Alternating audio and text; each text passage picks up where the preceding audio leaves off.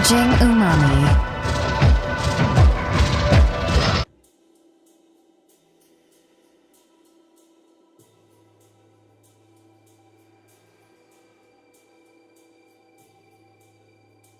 Hey, what's up everyone?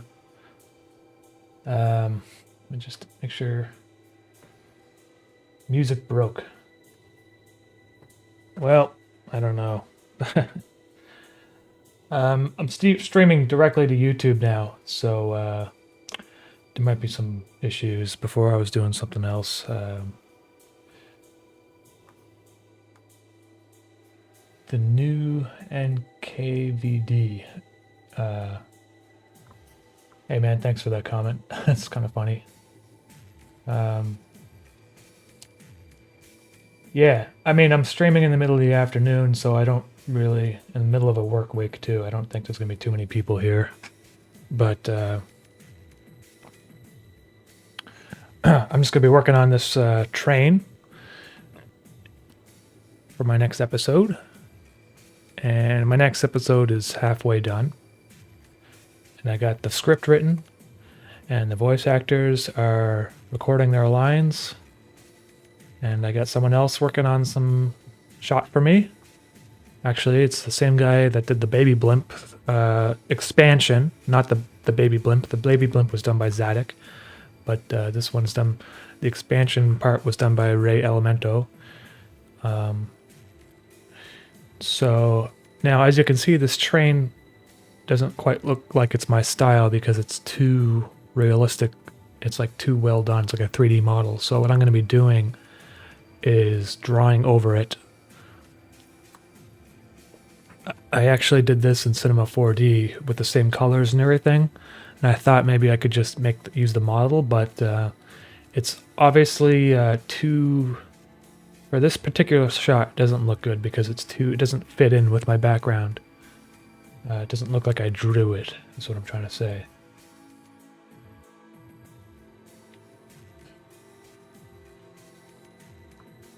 Cameron Hancock. There's going to be 24 episodes, so this is the second last one, and then there's going to be 24, which is the last episode of Interface. So after that, I might work on probably some short videos for a while, and then maybe after about a year, I'll decide if I want to make another series, because honestly, it's like quite an endeavor, and I've been working on this for about 4 years, I think. So I need to kind of wrap it up for my own mental health as well, because I'm like, I spend a lot of time just sitting here drawing.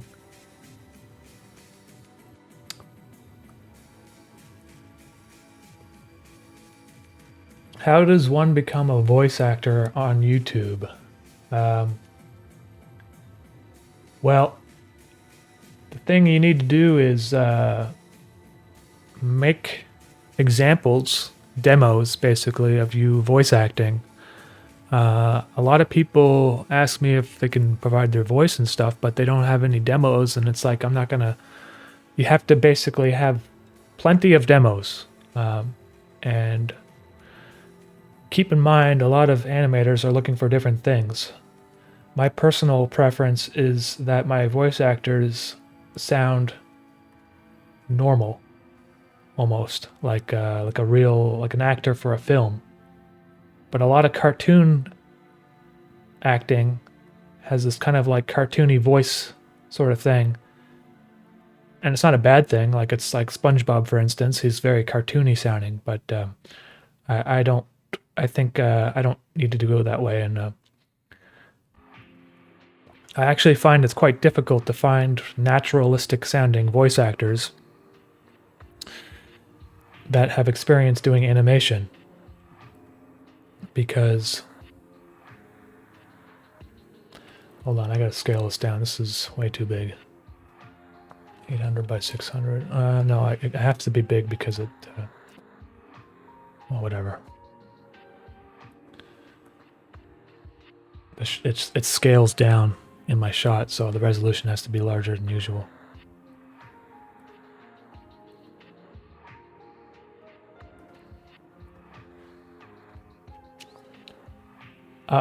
Matt V. Yeah, I think I'm going to take a little bit of break once interface is done, and the break is going to basically be me selling like DVDs and stuff of it. Like it's kind of like a different type of work. It's not so much on the computer. I just have to put things in boxes and ship them, and then after I might just take like a month off or something because. But that's not exactly true. I get a lot of stuff on my plate still. I can't really tell you guys about it, but that's all in the coming months. When things warm up, I'm taking advantage of the fact that we're in a curfew lockdown right now and it's cold outside to finish up my series because this is the best time to do it. I don't want to be doing this in the middle of summer after everything opens up again. That'll be depressing. Everyone's outside like running around and going to all these different things. I'm just like on my computer and it's 45 degrees outside.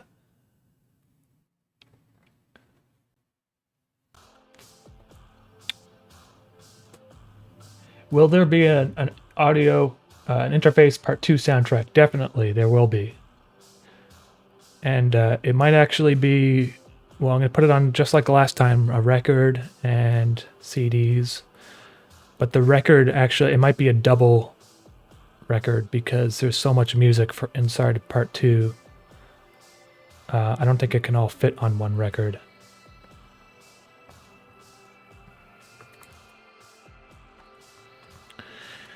The track for episode 23 is 10 minutes long, so there's... I thought I could fit it all in one record, and then I made this track, and I was like, there's no way I can't use this because I really like it, and this is, you know... That's just gonna have... That's how it will be, I guess. 2 records for part 2.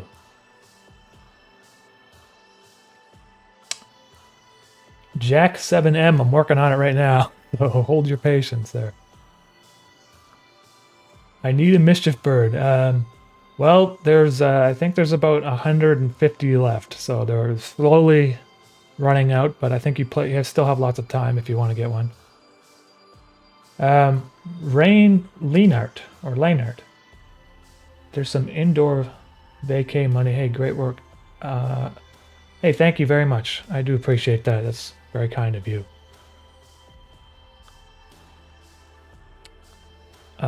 Galileo Gaming, thank you.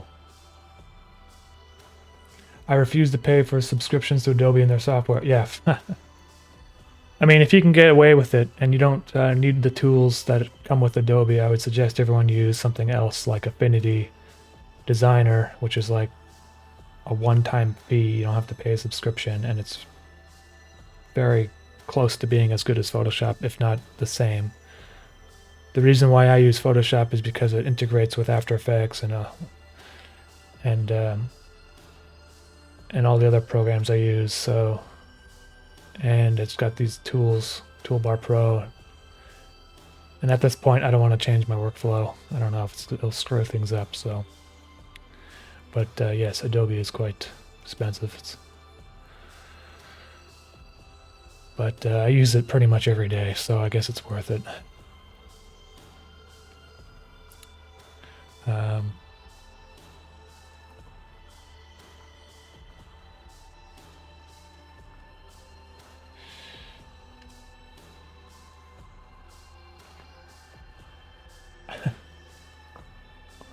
you have an Apple laptop or what? I'm using a Mac Mini. I used to have a MacBook Pro that from 2010, and I started my animations using a Windows computer actually, and I used to keep all my music on my laptop, but then it became so slow I could barely use it for even that, and I bought a Mac Mini last year, or maybe 2 years from now. And their new Mac Minis are quite capable, so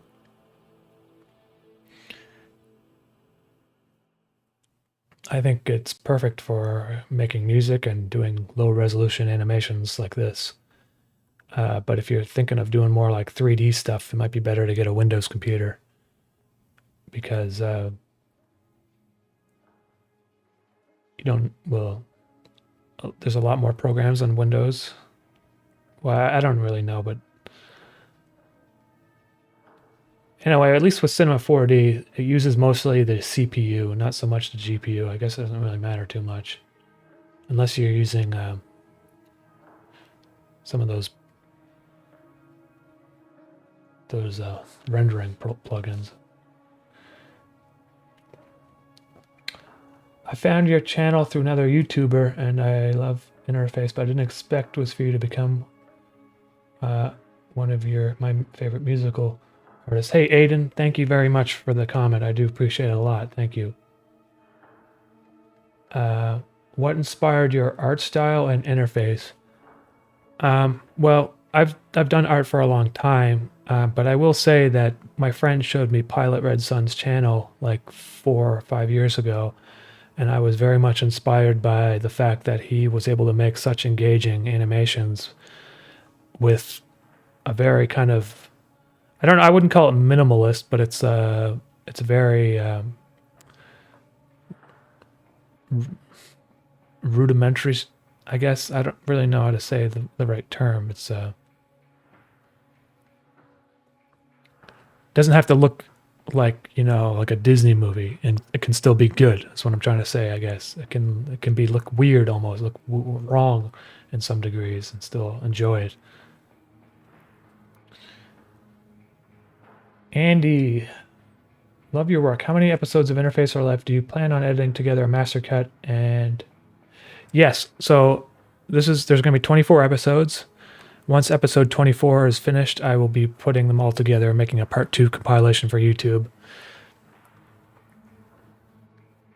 And I'll be making like Blu-ray discs for people who want to like have a physical version of it.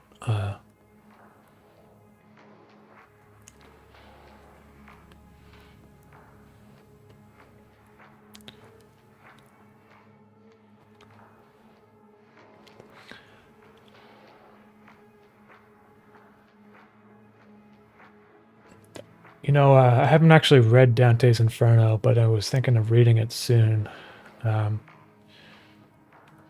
Because it's kind of one of those books I want to read that I've never really read too many of the classics. I'm trying to get more into that sort of stuff, like psychological books and that sort of thing. I find them to be I find them interesting. The last book I read was Man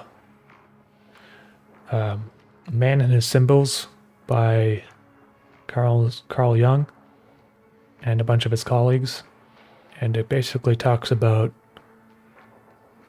the archetypes and that sort of thing that kind of exist within our psyche. And I thought it was interesting how I could draw parallels to some of the archetypes that he talks about and some of the characters within Interface, and sort of use it as a means to understand what I'm trying to say or do, because a lot of this stuff I'm doing kind of subliminally has taken form on like not everything in Interface was intentional, and I kind of do that purposely because I know that sometimes when you use like intuition and that sort of thing, you kind of like you're able to communicate ideas that are not so easily expressed if you think about it consciously, if that makes any sense.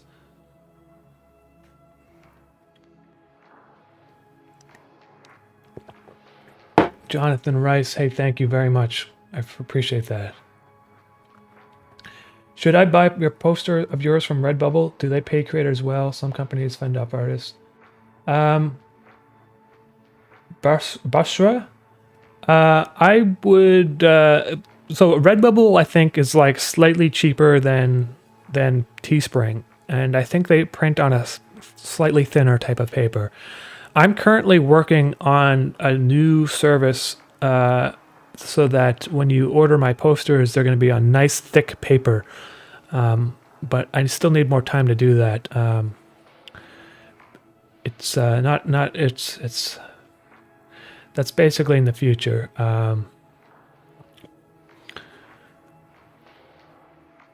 kind of looking around at different merch providers, honestly, because I want the best quality I can get, and I find that to be important for you guys, you know.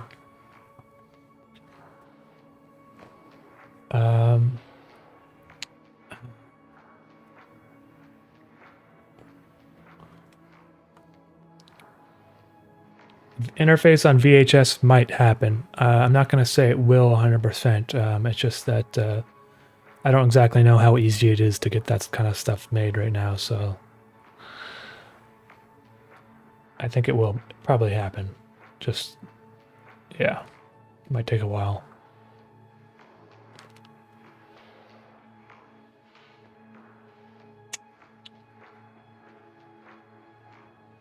Greetings from Mother Russia. Hey, Oscar, thank you. Thank you, Radish. Are there other ways to support? Well, I don't want you guys to... I feel like if you guys are buying my merch, that's more than enough. I'm very happy if you guys are doing that, because you guys are getting something out of it physically as well. And, yeah. I'm just happy you guys are here. Honestly, the best way you can support is to share my videos as to, you know, wherever you go on the internet, and spread the word, I guess, you know.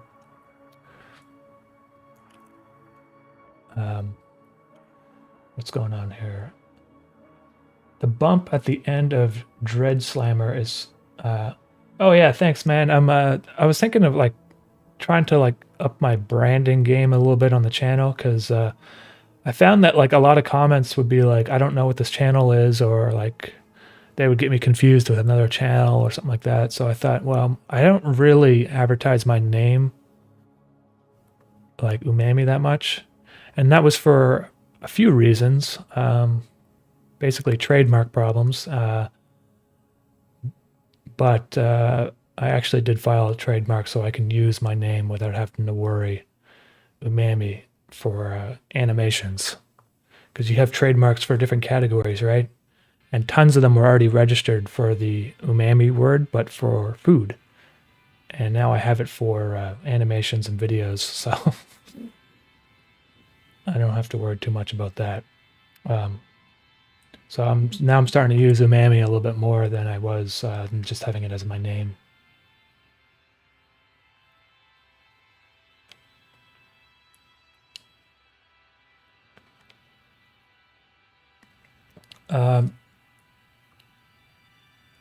Does the New World Order conspiracy play in part to Greetings Robotics and the world in the aftermath of the Philadelphia experiment conspiracy?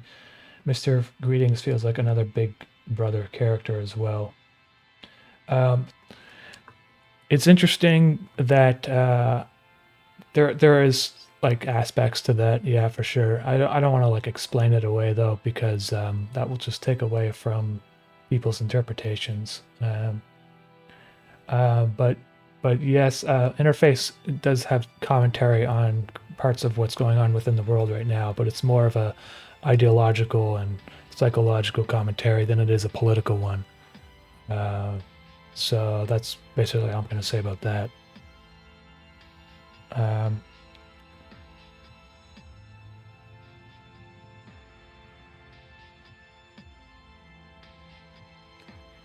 Yeah. Do you have an ending in mind for Interface, where you sort of take... Well, at Yasin, the ending is completely like... It's not written, but I know exactly what's going to happen. Interface 23 is completely written. I have that all worked out. But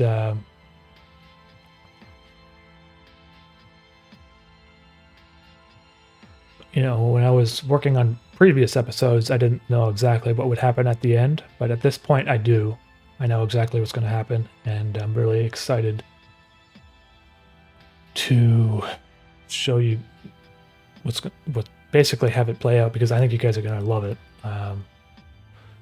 It's just going to be like the previous episodes. It's going to be like a little bit mind-blowing, maybe. Hopefully, that's what I'm hoping. I hope it's be mind-blowing, but also a little bit funny. And unfortunately, you guys just have to sit here and wait, because it takes me forever to get these episodes out. this one's, like I said, 23 is halfway done, so probably another month and I'll be out. And then 24 will probably be like 2 months after 23 comes out, so the next episode is going to be over 10 minutes long. And it's going to be very kind of stylistic, I guess, if that makes any sense.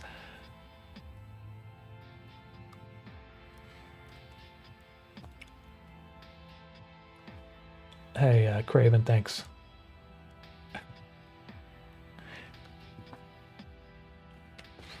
Have you seen Century of Self 2002 documentary? No, what's it about? RJ Pumpkin? No, Pumpkin. Sorry, I called you Pumpkin. Pumpkin is your last name. Okay. Hey, BioHost, thank you. BioGhost, thank you.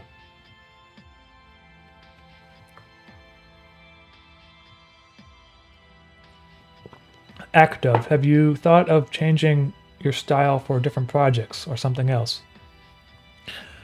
I have, actually. And when I started the channel, I wanted to be very consistent with my style. Just keep it within the same color palette, keep it within this pixelated look to it and everything. And I've been experimenting with different styles, but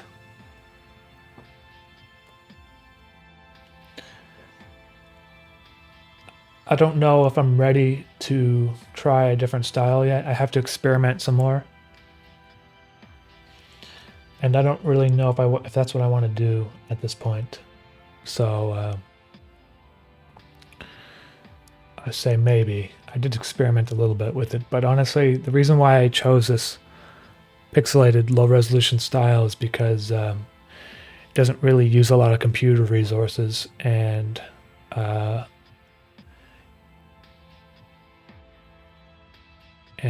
there's many other reasons, but I find that this one works very well for me.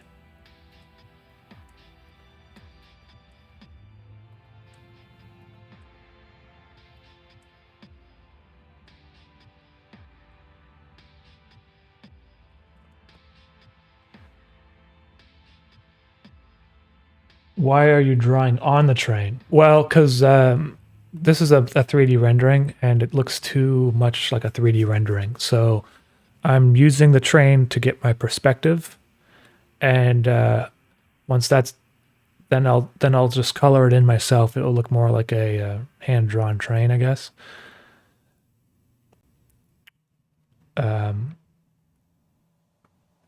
And I have to do it sort of like this because the shot has a background shot, and if I just kind of eyeball the perspective, it would look really wonky if I tried to...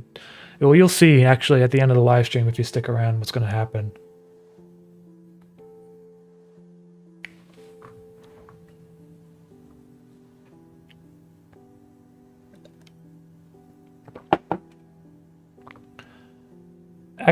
Axels. Hey, Umami, do you watch any good animation shows with a great story, anime, cartoon, that you would recommend to us? Thank you very much for the super chat. So let me just make some recommendations. Well, you guys must have seen Spirited Away, but that movie's a masterpiece, pretty much. But there's another movie he's made, Studio Gilby has made. What was it called? The Valley of the Winds? I forget the first part of it, but it's called something, The Valley of the Winds. That movie is phenomenal in terms of visual storytelling. It just looks amazing. And the sound design in that movie particularly, I find that to be quite enjoyable. I think it's called Nasara or Nakarasa or something like that. Let me just look it up.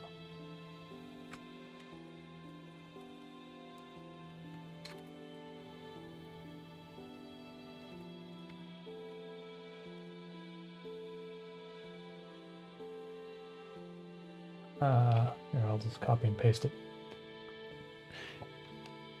If any of you guys have Netflix, it's on there. Sorry, that's not... Is that... copied and pasted it wrong.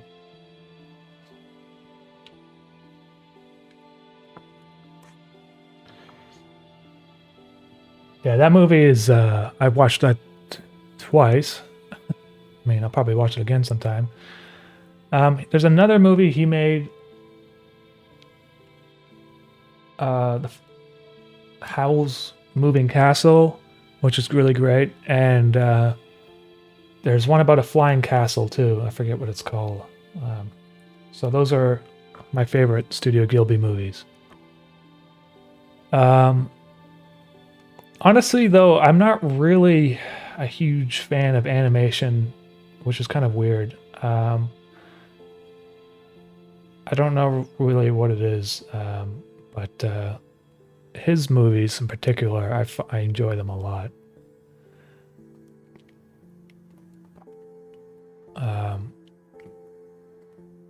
If you're looking for another good thing, I'm watching Better Call Saul again, and if you guys don't know, it's basically the precursor to Breaking Bad, but it's more about the lawyer, and I actually think it's probably one of the best shows ever written. So if you haven't seen that, I would really recommend checking that one out.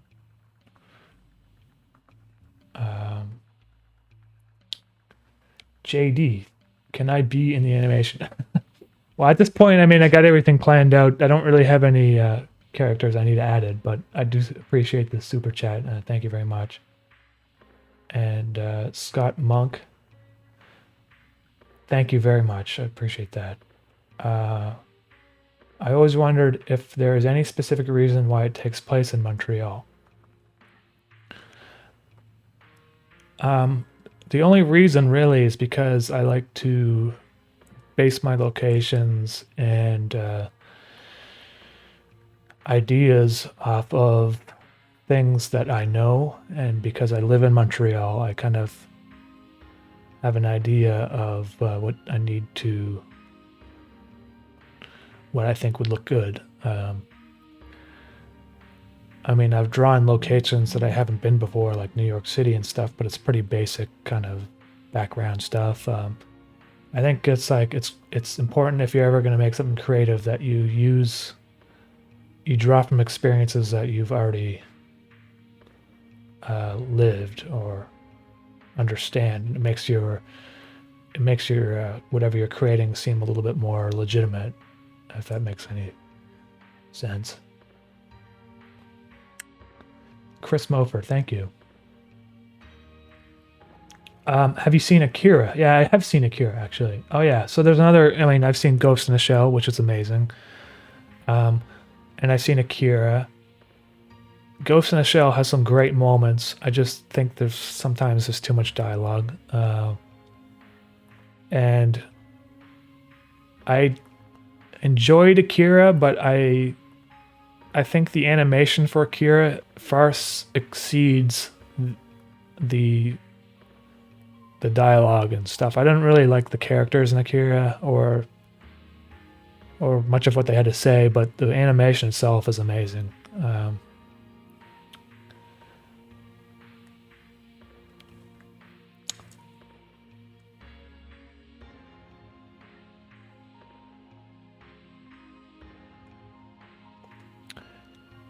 You know, the director for Ghost in a Shell, Marimu Oshii, came to Montreal about 7 years ago, and he made a movie called Droid Wars. It's called Garm Wars, Droid Wars, or something like that. I forget it was. And there was a job on Craigslist. They were hiring a VFX person, like on-set VFX helper person. I applied to it, and I got the job. So I actually worked on a movie that was directed by Marimu Oshii in Montreal, which I actually hadn't even seen Ghost in the Shell at the time, But then I saw the movie to prepare myself to understand what I was getting myself into, and it was pretty awesome. So I worked on that. Basically, what my job was, there was a VFX company out of Toronto that came, and they were the VFX company that they hired to work on this film. And because VFX in Canada, or probably even in the United States, isn't unionized, that means people that aren't in a union can work on the VFX team. So that's how I was able to do that, because I'm not part of the film union here.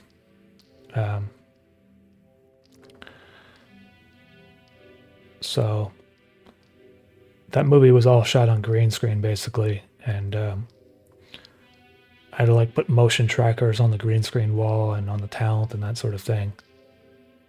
It was kind of that was a fun job. But I realized I don't like waking up at like 5 in the morning working for 14-hour days in the middle of winter. And so after that movie, I basically said, that's it for me. I don't want to work in movies.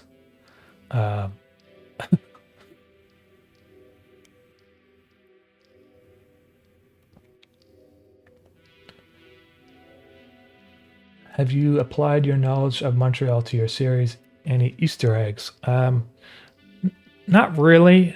Just, I mean, there's not like too much about Montreal within the series other than some of the locations. It could really take place anywhere. Some of these drawings, just, But, when Mischief and Henrik are driving to Nova Scotia, the scenery is reminiscent of eastern Quebec and New Brunswick. And when they get to the Peggy's Cove Lighthouse, it's pretty much Peggy's Cove. It looks just like it, except that I drew a little bit of sand, like a beach almost, when there's no sand at Peggy's Cove. It's just rocks, big, massive rocks.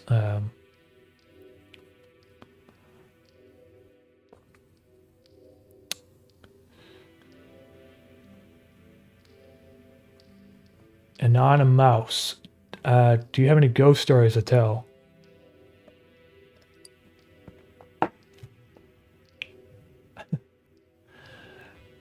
One time, my friends and I used to film videos of each other, making skits and that sort of thing a long time ago, back in 2014. No, probably back in 2006, whatever. And I was at my friend's house, and we were filming. They were playing electric guitar and that sort of thing. And I remember they used to tell me how like the television would turn on in the middle of the night and stuff. And apparently my friend's mother would say it's like their uncle or something like that that passed away.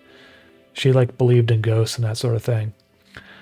Anyway, we were watching back the footage, and this is going to sound stupid because I don't have the footage anymore and I can't show you guys, but you can believe it or not. But we're looking back on the footage, and there was kind of like a stream of circles like this, if that makes any sense, and they were floating around the room. Like my friends would be playing electric guitar, and like a stream of like faint circles would just kind of like a worm almost. It went throughout the room, and that really freaked us out. And it was really weird. I don't know if that was a ghost or if it was some sort of natural phenomenon or whatever it was, but that's all I have to say about that. AJ Powell, thank you. Hold on here. There's a lot of people asking questions here all of a sudden. Hold on, I'm missing everyone. Hold on, let me go up here for a second. Mandy Thornton, thank you very much. Will there ever be interface pop figures? Are those like those plastic things? Probably not. Honestly, I did like making the Mischief Bird, but I don't really like the way the pop figures are. So I'm not going to be doing anything like that, so sorry. BioGhost, any tips for people who want to start animations? I get this question asked a lot, and I would say to start very small, make them no longer than 30 seconds long, but make them engaging and funny. And you can do that because, so go to YouTube Haiku, you know, the subreddit YouTube Haiku. You can see how people are able to make engaging stuff with less than 15 seconds, okay? Then you can animate something that's less than 15 seconds. It won't take you very long. That's how you should start. And once you're able to get a consistent, not audience, but a consistent response to your small stuff, then I would suggest you can work larger. And when it doesn't really matter how well you are at drawing, okay? Just start somewhere. I mean, there's animators on YouTube that basically like do this. That's their animation. So they're very popular. So it doesn't matter. It's more so the ideas I find that are more important. Obviously, people do like to look at very well and nicely animated stuff too. So that, you know, but that will come in time. Just get yourself out there and start small. Next question. Well, before I get to you, AJ Powell, someone's asking me about David Firth. And David Firth was probably a big inspiration for me because all throughout junior high and stuff, we used to watch all his animations when they would come out. So, yes, I mean, everything I've seen that I've enjoyed has inspired me to some degree. And I'm a fan of his stuff.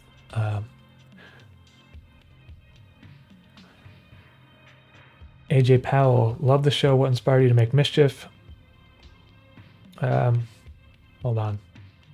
Let me just pull something up here.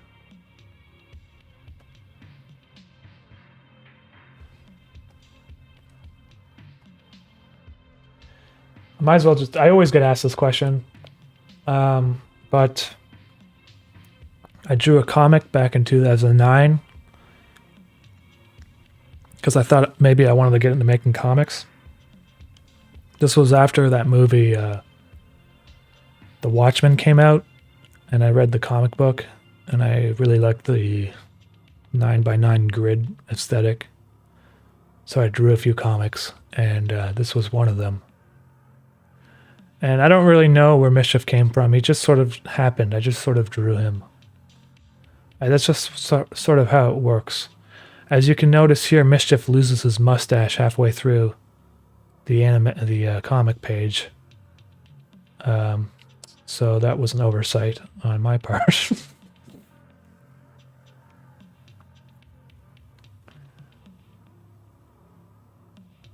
The Lunar Raconteur. Do you have any specific artists or art movements, periods throughout history that particularly interest you?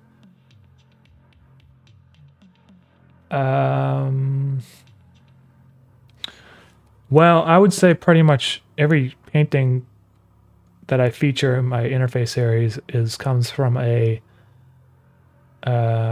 place of admiration. So I do like surrealist art. I feel like a lot of times, though, it can be a little bit on the nose, even when it comes to like very well-known surrealist artists.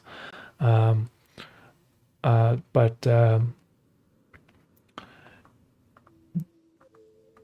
I don't know. I just I like Kandinsky's art a lot too, and he's the guy that makes the kind of crazy shape compositions. I can't really. I wish I could give you more answers right now, but I feel like that I need to like make a list basically because there's just so many of them.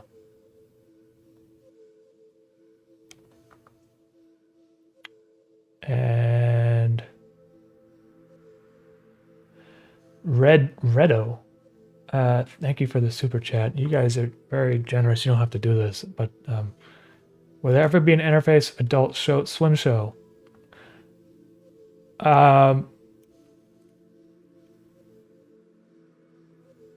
who knows what might be happening in the future, but I will say there's no plans currently. So, you know, I haven't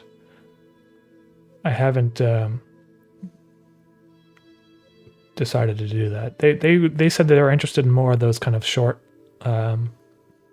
mischief videos like I did for them, but I told them basically I'm just too busy working on the interface right now. I don't want to. I just don't want to do that right now until maybe I get this series done at least, right? So if something like that were to happen, it would be in the future, and currently there's no plans. Hat Mouse. It's been a huge inspiration for me. Thank you, Hat Mouse, for the super chat. I saw a comment from you on a Jack Stauber video, and he's one of my favorite artists as well. Do you have a favorite song / video by him? I haven't been keeping up with his latest videos. And let me just take a look right now, because I think I forget the names of the titles.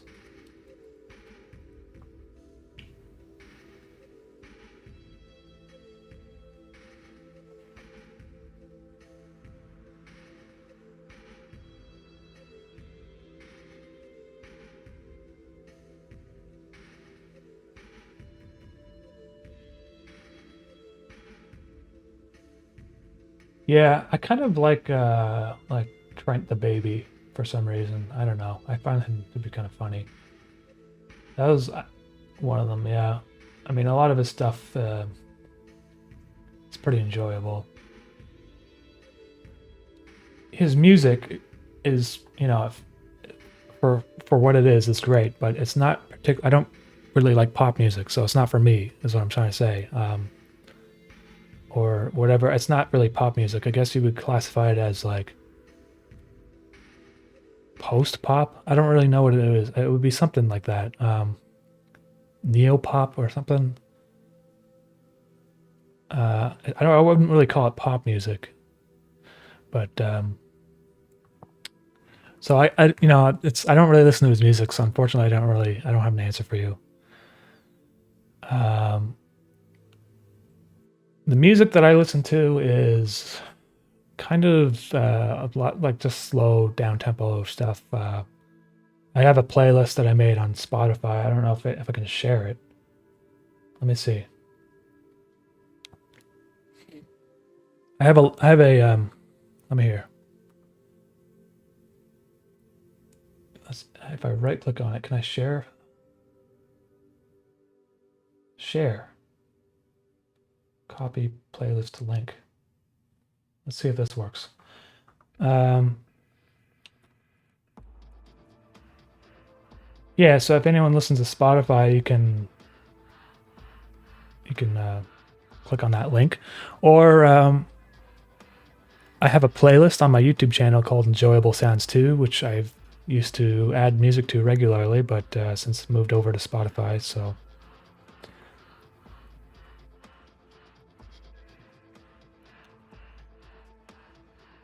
I'm always on the lookout for new music.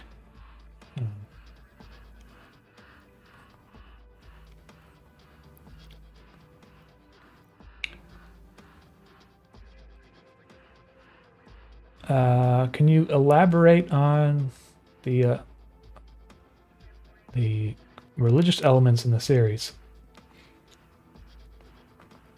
So I'm not a religious person, but there is value in presenting ideas through symbols, which religion is, whether you're religious or not, there are aspects to it that are kind of embedded within your psyche, because you may not be religious, but your great grandparents probably were, and further back, going back thousands of years, hundreds of thousands of years.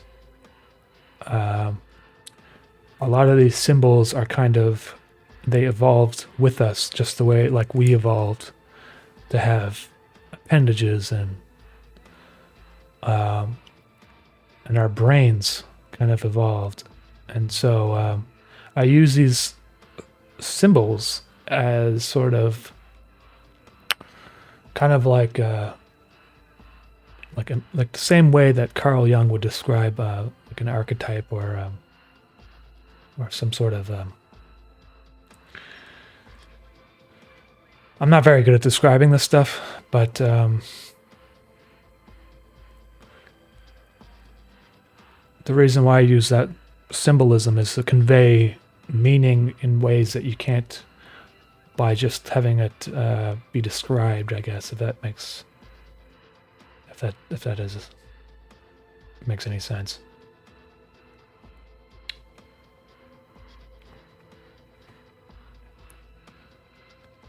Do you speak any of these languages? I speak French, English. That's about it.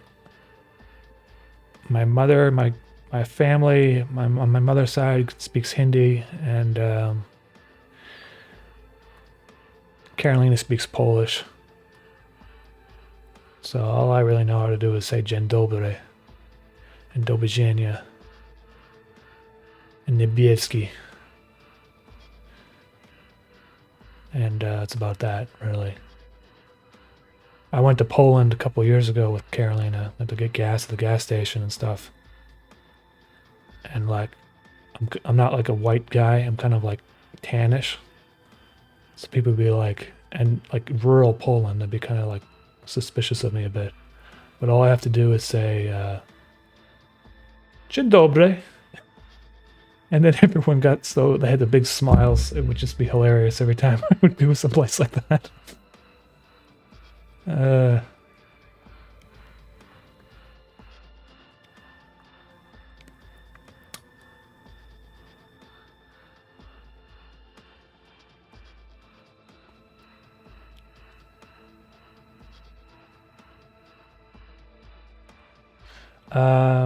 Let's say Daniel Cruz has been asked before, but in the writing of interface, still ongoing, or is it a finished piece? Yes, interface is completely basically written, so I have it all written down. That's not written down. I know exactly what's going to happen. Interface 23 is all written down. It's just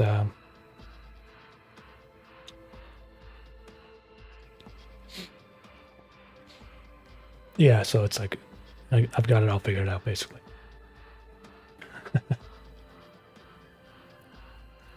No, but the people in Poland were so friendly. It was amazing. The only thing that scared me about Poland was driving on the highways, because I don't know what the hell's wrong with people over there, but they're driving 160 kilometers an hour. Like, it was ridiculous.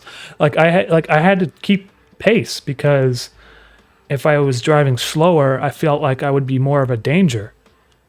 So I would be like going 160, sometimes 180, depending on what part of the highway it was. And like the car was like rattling, like I could feel it rattling. I was like, this car is not meant to be driving this fast. And there's friggin' like 18 wheelers going by at the same speed. It was ridiculous. I would not want to get in a crash at that speed. That said, their new highway system is like phenomenal. It's like, you know, it was amazing. I didn't see any speed limits anywhere either. That maybe someone who's Polish can explain that to me. Do you have speed limits on your highway? Because I didn't see like a number anywhere. And I was just driving the same speed everyone else was.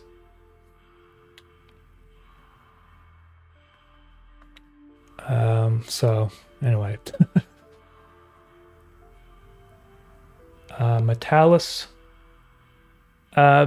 The merch sales has been helping me a lot. So, you know, starting this channel has really been, you know, a big help. The merch in particular, people very much love the merch. So I've been capable of supporting these animations that way. Kurwa is the best Polish word. Yeah, Carolina says that's her dad's favorite word too.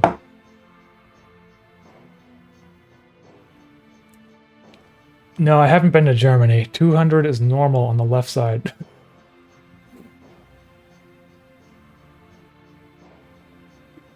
I raced an 18-wheeler at 130 miles per hour. They are fast. Yeah. No laws in Poland, no fear of death. Dude, I would drive down like this really small, windy road with like old growth trees on both sides. And there'd be like an 18-wheeler like on my ass because I wasn't driving 130 kilometers an hour. Like really, if I just made a wrong turn, I would drive right into a friggin' tree.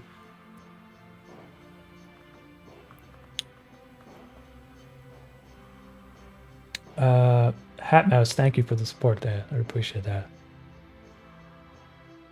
How do you take care of your back? You mean like my posture and stuff? My back. Just buy a plane and pull and get around that way.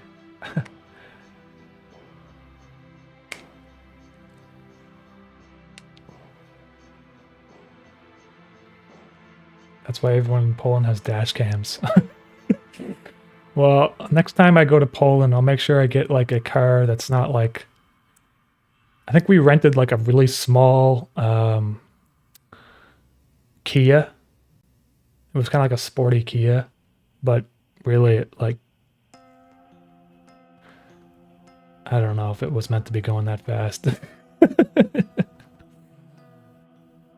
It was fun though. I admit it was fun driving that fast on the highway. It was awesome. We pulled over on the side of the road once, and I forget where it was like this like Polish restaurant that had like it looked like a scene from The Witcher. You know, the video game. Like it looked like a restaurant that was in The Witcher. Like the posts were like the tree, like the seats were like logs, and the beams that would support the roof were like dead trees, and like the walls were all wood. And I ordered some pierogies, and I actually ordered some Ukrainian pierogies, and they were like the size of baseballs, and he gave me like 6 of them, and that was for lunch. And after I couldn't, like, I almost fell asleep.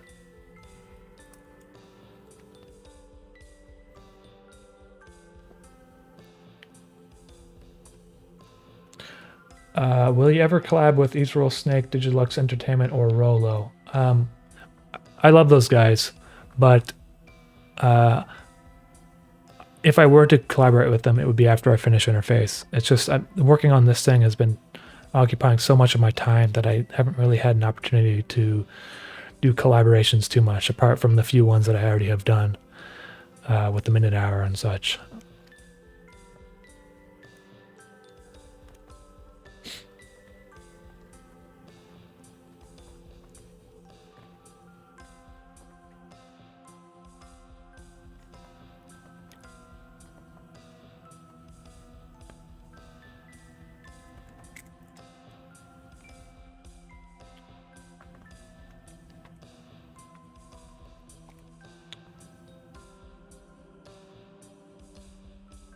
You ignore my... Oh, Sasha. What? Okay, sorry. I didn't see you there, Sasha. Who's your favorite sister? Okay. Well, Sasha, you're my favorite sister, so there you go. My sister's moving to Australia where there's going to be massive spiders. And she's afraid of spiders, so I'm looking forward to these videos she's going to send me of her freaking out.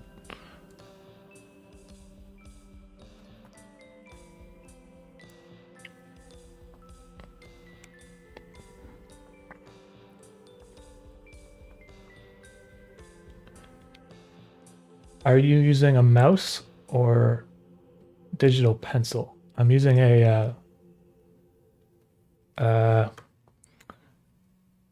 Wacom pencil and this tablet here. If you want, you can read the description. I think there's I put the exact model name and stuff. Are you gonna try to make something like EB Synth with Joel, like Joel makes?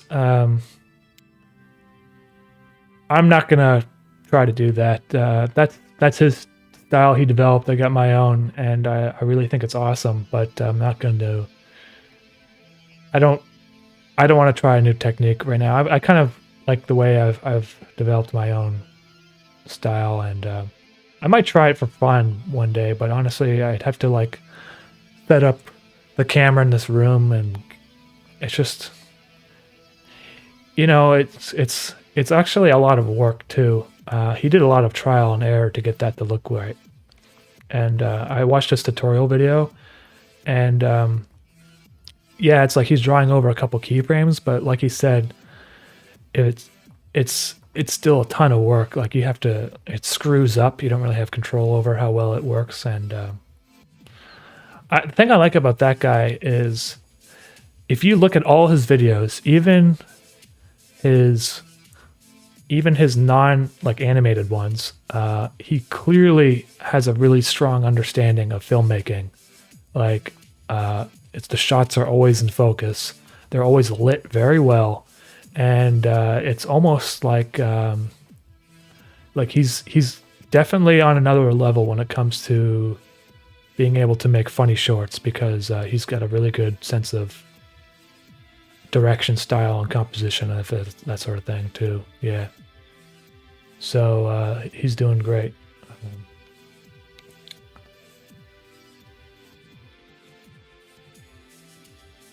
What kind of games do you like to play? I've been playing this game called Hunt Showdown for so long. I think it's a really good multiplayer. It's very hard, but it's I guess it's sort of like Escape from Tarkov, although I never played that game. I've been playing the Cyberpunk game, but honestly, I find it very frustrating. I'm just gonna wait until they fix a lot of the problems before I really. And I was playing Death Stranding for a while, and Death Stranding has an excellent directional style to it. Very interesting story. The visuals are insane, but I just think the actual gameplay leaves a lot to be desired. And I find that there's too many menus. I'm just like, the menu thing, it's after a while you get tired of it. But anyway, there's my train. Okay, I'm gonna start coloring this in. All right, just give me a second here. I'm gonna get some water.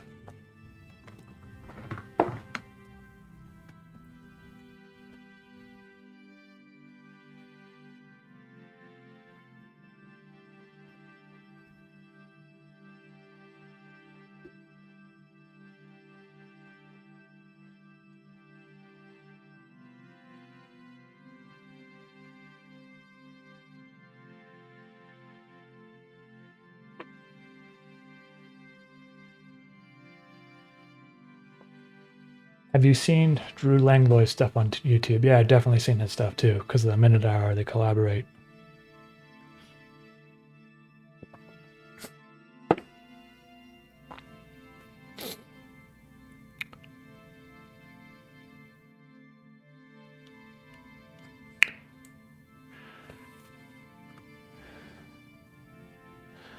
Hey, Mammy, is it possible you could hint us as to what links all these creatures back to the static electricity? Caleb, it's basically like this, right? It's, I don't want to like give away too much stuff, but like think of it this way. We still don't really know why we're even on Earth, you know? There's a lot that has been, that we still don't understand about the universe. And the static electricity kind of represents what we don't understand, and yet what links us together. The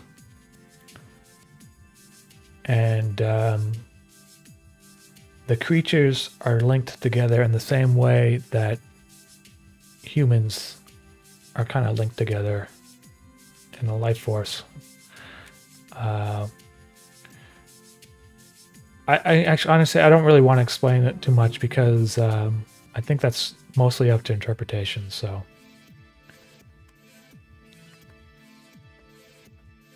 let me just make sure I'm in the right color space here. Okay.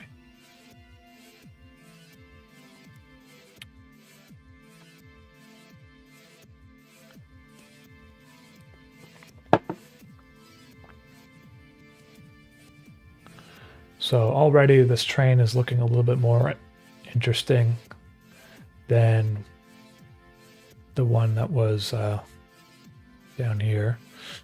I'll compare them afterwards. This one.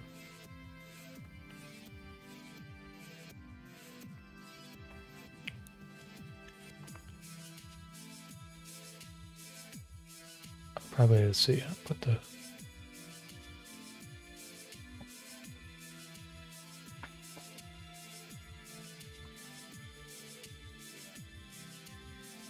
Hey. Hi. No, Carolina's here. If you want to say hello.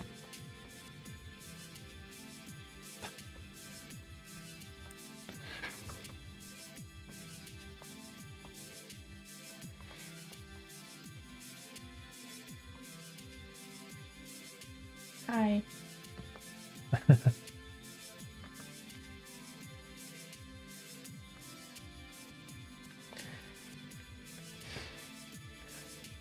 You know, that Death Stranding game, someone, I forget where it was I read this, but someone mentioned that it might actually have something to do with the Philadelphia experiment too, which is really weird.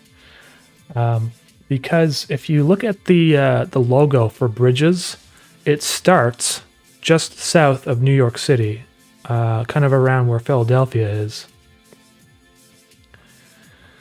And it's kind of like, is that where the Death Stranding started? I don't know. It's weird playing that game because I find like there's some parallels to my own series. Yeah, like there's babies. Yeah, that's a weird thing too, eh? But you know, the BB. I like BB. The BB is the best part of that game, honestly. It's so dumb. It's like having the crying baby makes the game so much better. It's so funny. And the fact that he's just called BB, like BB. Yeah, that's pretty much the only reason I want to play that game. Yeah. Well, that and the sludge monsters are cool. Yeah, that's true. Hey, look, they're speaking Polish to you. Yeah, I see that. Is Carolina okay? She seems kind of sad or low or something. Oh, God. He's not being perky. Are you feeling sad, Carolina? Yeah, I'm feeling sad, okay? She's feeling low today, guys, so...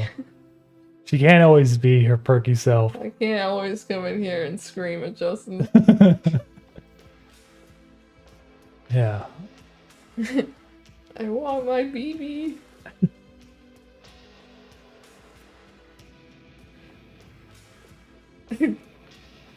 Hey, Carolina, do you have any ghost stories to tell? Why, yes, I'm always locked and loaded with ghost stories. You have a few ghost stories. Okay. Well, if you're gonna say them, you should talk into the mic. Is this fine? Probably. Here.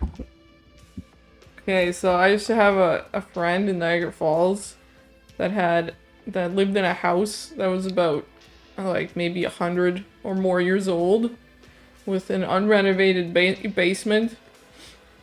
And we'd hang out in there because that's, you know, that's the 90s. You just hang out in unfinished basements with your friends watching television. And there was an old piano in there that no one really played that much. And there's been a few times where we were sitting there just watching television and then suddenly the piano would just play a couple notes. Spooky. Yeah. And there was another time we wanted to play hide and seek in there because it was a pretty big basement. And we covered up like all the windows and all the light sources so it was pitch black. and there was like this glowing orb on the ground. And I thought I was seeing things, and I'm like, are you seeing that? And she was seeing it in the same place as I was, and she was in a different part of the room. And it was there for maybe like a good 10 seconds or something before it disappeared, and we spent like 40 minutes trying to find where the light could have came from. Well, there you go. Spoopy. Spoopy. It's a magical hot dog. Huh? Magical hot dog on the floor of the room.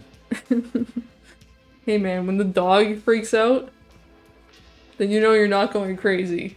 Because if the dog also sees it, then something's not right. Well, there's our stories. I have other stories, but I'm pretty sure, like, now I just know that they were, like...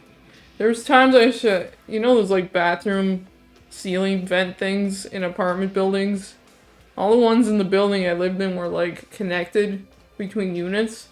So I guess there was, like, a big vent that went through them. And sometimes there'd be, like, things in there, and I thought ghosts put them in there because I'm very reasonable. But I'm just pretty sure it was, like, mice or something that left stuff. Says, hey, Carolina, do you draw as well? Nah. Carolina has her own website. You can check out her artwork, too. Why don't you show them my mushroom painting? Okay. It's in the Dropbox. Let me, oh, it's in the Dropbox? Sure, it's on my website, but then good luck finding it. Where in the Dropbox is it? My folder? This one? Yeah. And then this? Yeah. Carolina was working on a drawing that for the past month, and it's this. It's Painting, excuse me. It's a painting. It's a watercolor painting. The toads. Well, you can describe it. Toads. It's a toads on a toadstool, and there's a hidden toad being squashed by the top toad.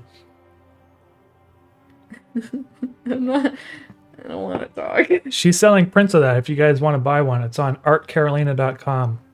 Yeah, or my Etsy store. The prints are very nice. They're like on glisse thick paper. So. You should go to my Etsy store, because I don't know if my website's working right now because the printful wouldn't sync with it properly yesterday. Okay, hold on. Let me, I'll post a link if anyone wants to check out your Etsy page. Carolina does a lot of watercolor painting, so you can check that out. Groovy. Thanks. Thanks, people. What was the other ones here? Don't go through my stuff. I just want to share them with them. Well, just make sure you don't go in the wrong folder. Oh, please. Okay, here, she did a drawing of the interface in the same style. First. Peggy's Cove, Nova Scotia, but this is like with the colors. That's also on the Etsy. That's also on Etsy. Carolina does she does a lot of the drawings for interface too. So. Oh, aren't you nice? Yeah.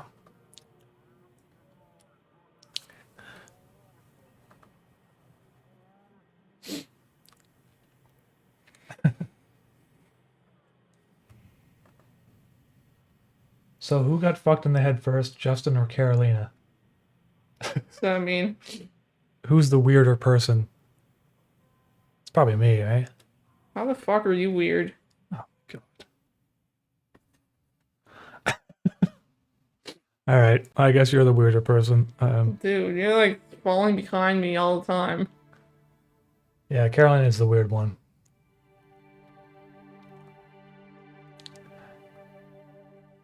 Let's see. I think my train's almost done here.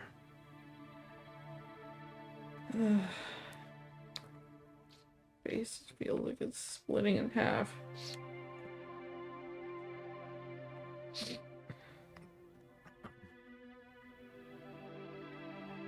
Always asking about your zodiac sign. He's gonna read about you. What is that? Leo? Yeah. Mine's Leo. I was born on the end of July, so. No, your Chinese zodiac is a horse. Oh, is it? Yes.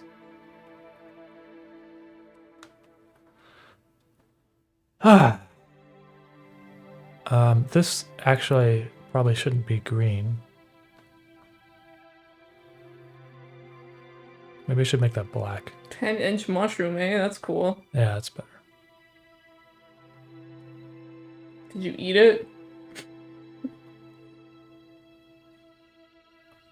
Those ones, like the kind I painted, you definitely shouldn't eat. Not even for the fun aspect, because apparently they can make you Yeah, the ones that repeatedly hurt yourself over and over again. Because your brain gets stuck in an action loop. Hurt yourself? Like how? Do you remember Joe Rogan's story? With that guy jumping off a hill? And then climbing in and jumping off, and like he kept like hurting himself every time he fell, but he couldn't stop doing it. Like imagine if you did something worse. That doesn't sound like fun. No.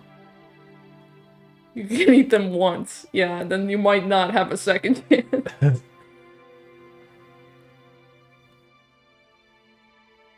I have cancer and I'm a Cancer? Well, that's lovely. That's not good. Thank you.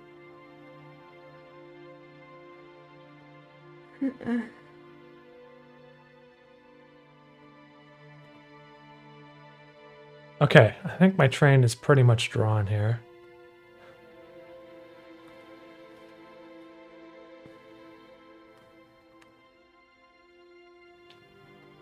Technically, I'm a Cancer sign, but I don't know what that means. It's supposed to make me warm and motherly or something.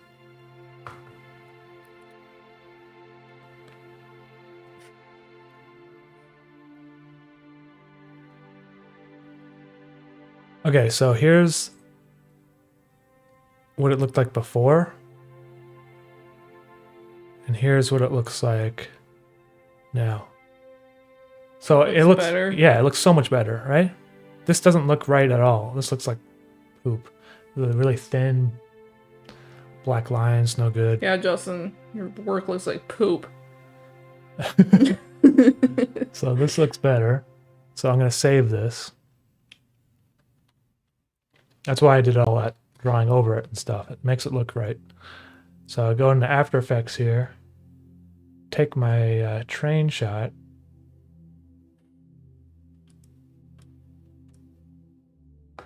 footage, and replace it with the one I was using this before. So now you can see my shot.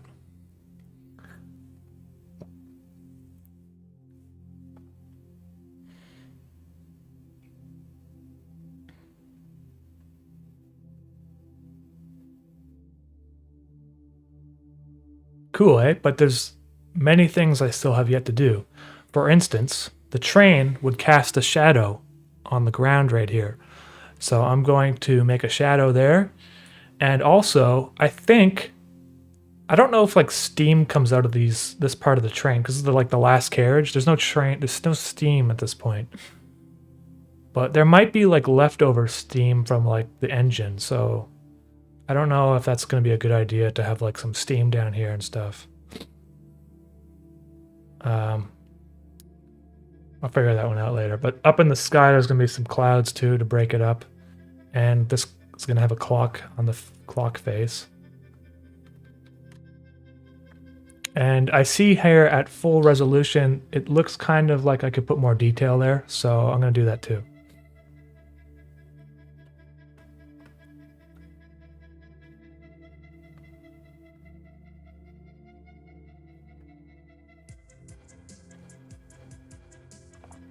How long does it take to do a single episode of Interface?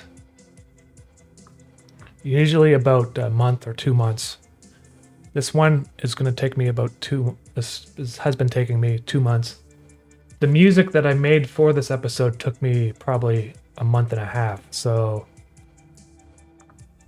But because I'm constantly working on different things, it's not like you have to wait like 4 months.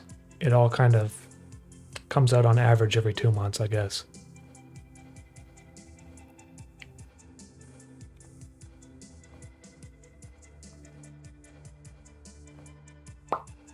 So this here, I'm just going to draw like a wood texture. Damn. It's not Valentine's Day yet, guys.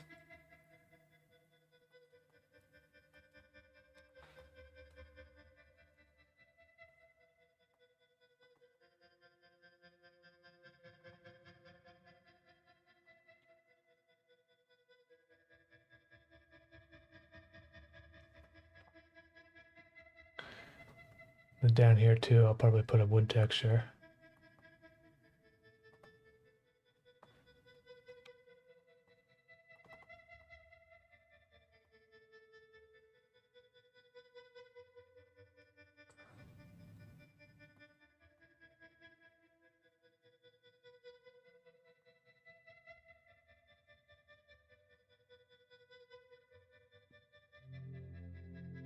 Someone said they love you. Well, thank you. That's very kind of you. I love you too. You don't really, you don't even know them. Cold pot in hell, cold spot in hell. That's nice. Thank you, Cold Spot. I appreciate that.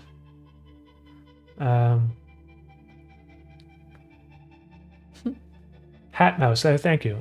I spent a long time looking for the voice actors and actresses because I want to make sure that they do a nice, they could do, you know, do a very good job. The guy that plays Greetings, Mr. Greetings, Philip Hirsch, I found him on a video that this channel is a channel out there called Ryan Raymond, and he used to make animations, and he hired this guy to do skits, and I like the sound of his voice. That's how I found that guy, and he's been great. He's also originally from Montreal, but I think he's in California now, or it could be Florida. I'm not exactly sure. You're breathtaking. Damn. Thank you, Caleb.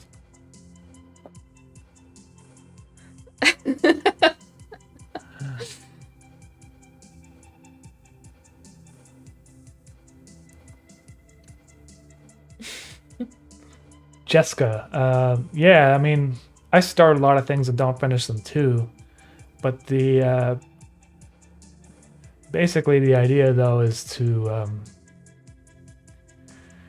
is that it's important to finish things even if they're not very good, just so you have something that is finished, because I feel like sometimes the only way you can really improve is if you decide something is finished and you have a reaction to it in terms of people criticizing it or what.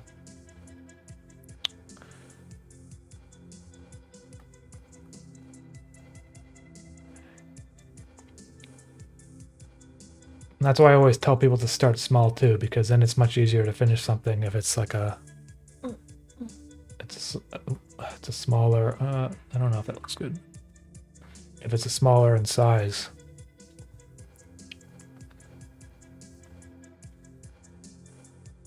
I don't like that either. Okay.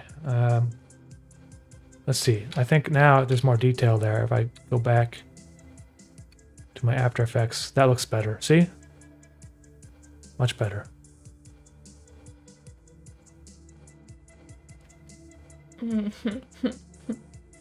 Now, there's another thing I have to do, which is... Look at your chat. Oh. Carolina doing wacky stuff in the background.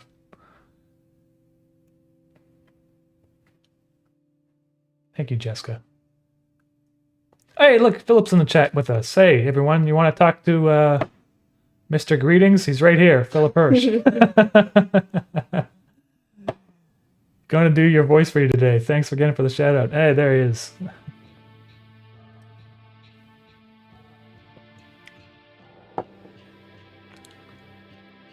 Thanks, Philip.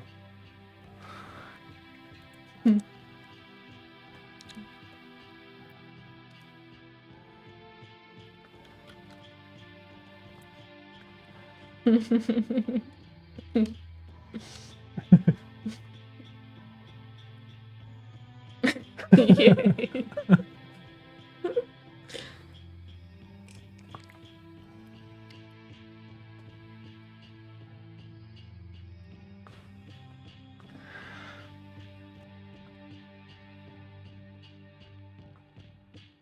So at this point, I'm going to add the kind of animated flickering that I put on everything so that the train doesn't feel so dead.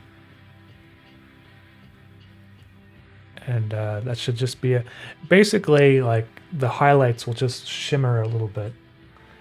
And it kind of makes it look like the sun beating down on a piece of wood. Like makes it look a little bit more like the light is realistic, or not realistic, but it makes it more like how light interacts, you know, because like the light goes through an atmosphere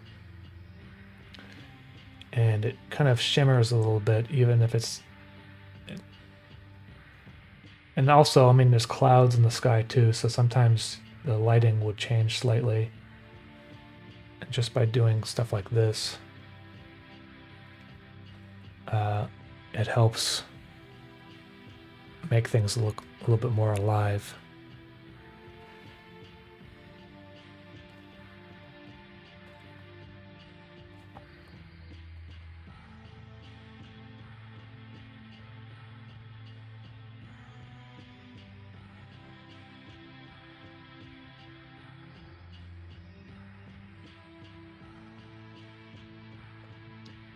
How do you get your Photoshop sub?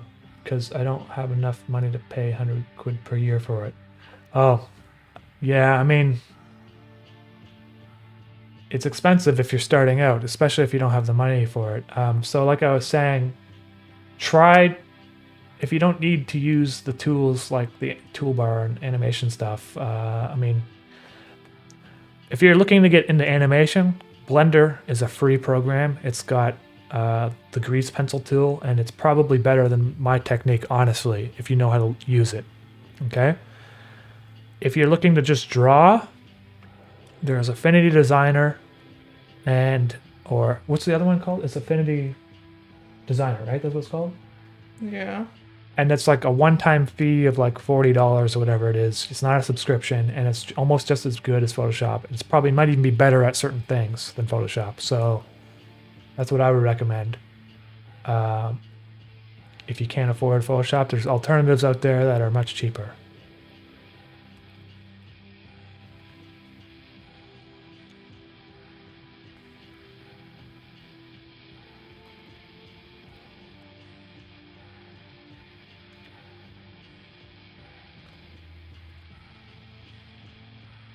Photoshop CS2, yeah, I think it might be free. I don't really know the details on that. It's pretty old though.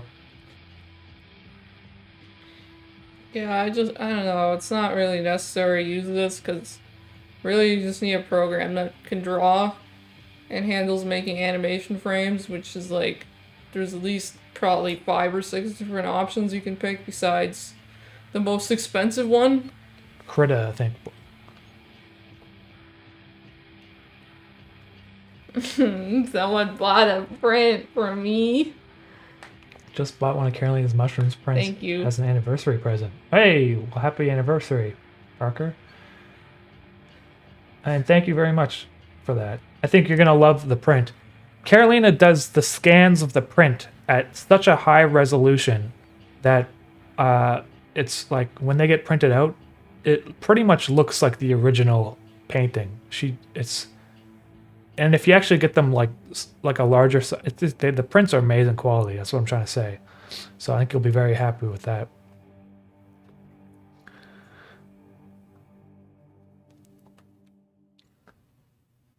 How many years are you celebrating? Sorry, I sound so enthusiastic. One of those face headaches, or half of my face just hurts like hell. Carolina had some cramps in her foot. Okay. Now it's affecting her. Yeah, it moved up to my face. Her face.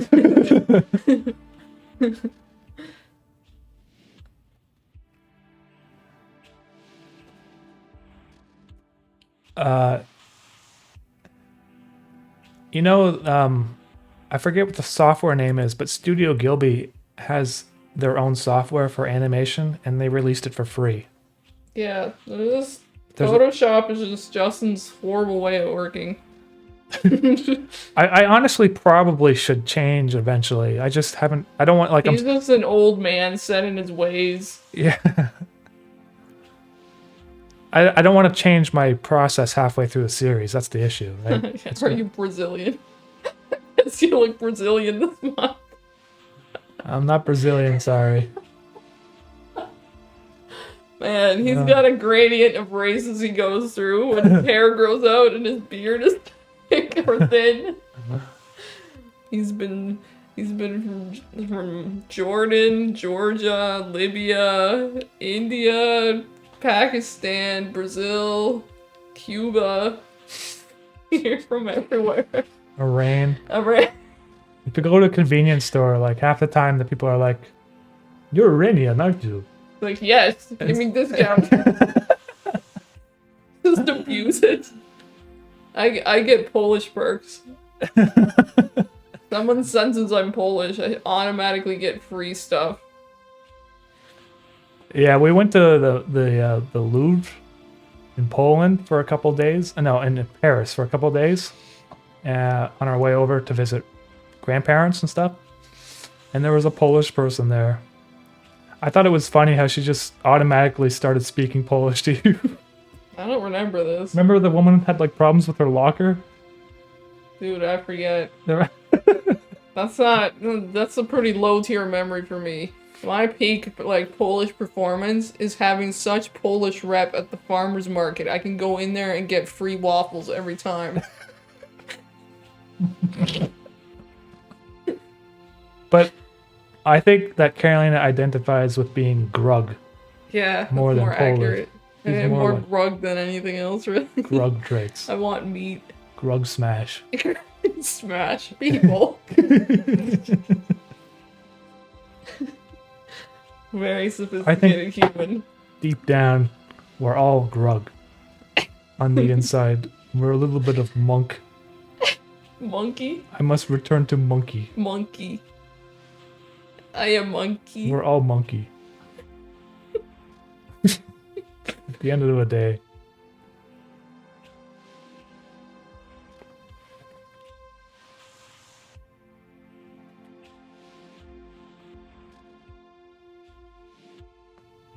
Three years.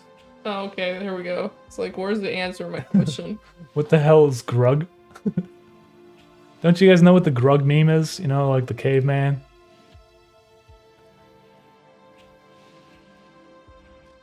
That's a meme? I thought it was just something we made up. No, well, it should be a meme. Grug is like a meme. Grug just means caveman. Mischief monkey confirmed. I want to be monkey.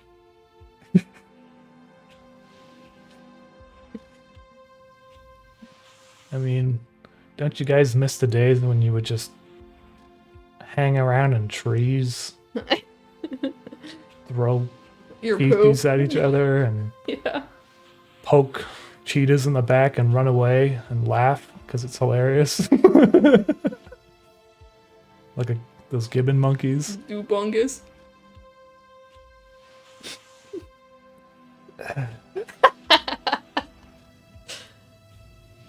I remember those days. 15,000 years ago. Oh, really? That's no, it was longer than that. It was. Like, I hope our human race is older than 15,000 years old. It was like 200,000 years ago. It's true.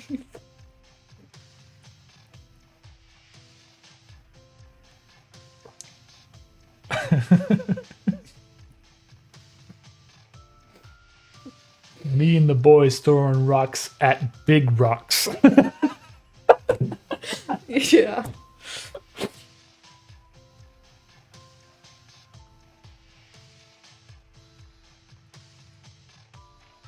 Okay, so now if I play this back, see how it looks a little bit more animated. I miss when we'd eat our own lice. Our own lice? Yeah.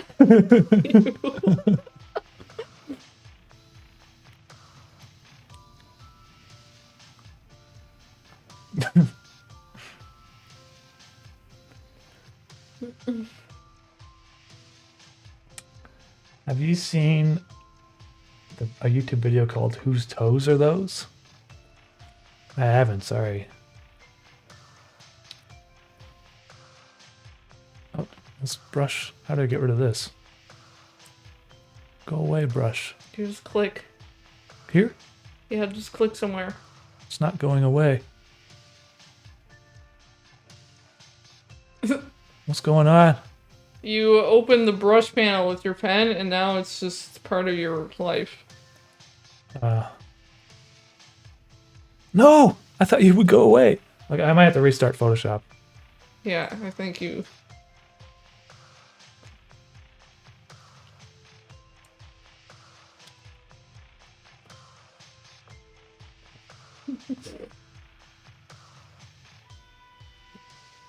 Alright, manatee guy. We'll see you next time. Okay, let's see here. Train. It's gone. I fixed it. Okay, I think that's probably enough. So now if I go back to After Effects, my file has become 3 frames long, so I have to loop that by doing this.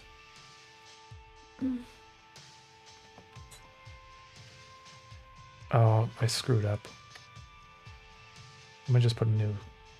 Now everyone's just talking about eating lice.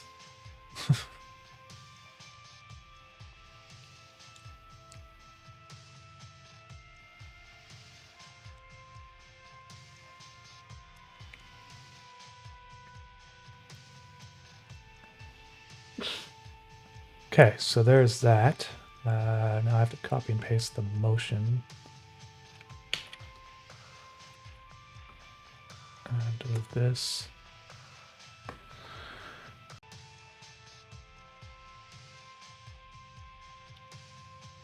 Seems to be alive.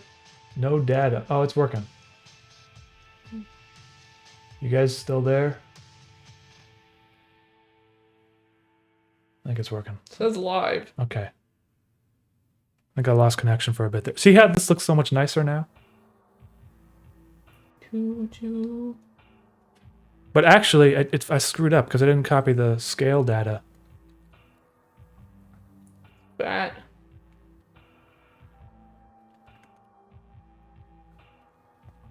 Oh, no, that's not it. Let me just do that again because I didn't have the file in 3D mode. Okay.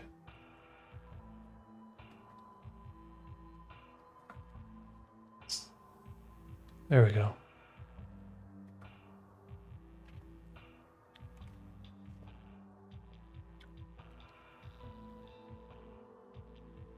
The top of the train there has a little bit of a line.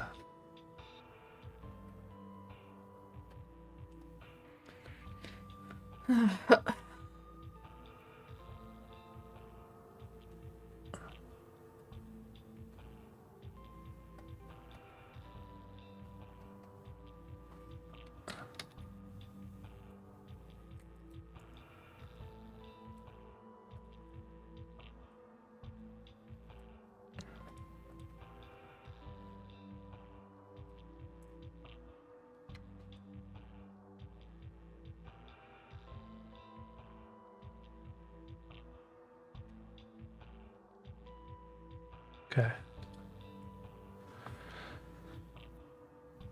Yeah.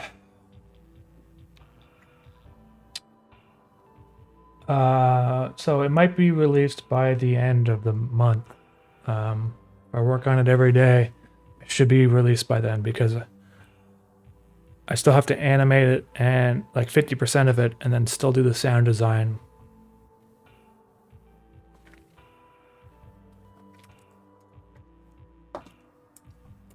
Okay, I'm going to show you how I'm going to do the shadow now. So, the shadow is only going to be affecting the platform because the lighting source is kind of coming down at an angle like this. It's not like straight on. So I think all I have to do is make a mask, or make a shape layer that's going to act as my shadow. So for now, I'm just going to make it white.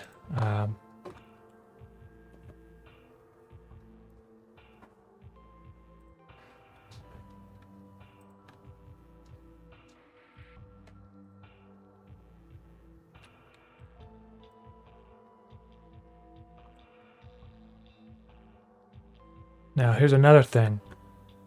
The shadow on this part of the platform will be offset compared to the shadow beneath it. Well, let me just do the shadow beneath it first, because... okay, so... at this point, the shadow's 100%, so I have to...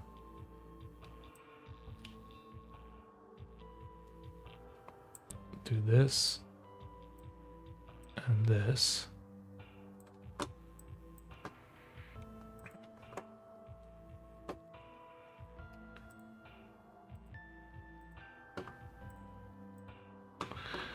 Okay, the train starts moving, and then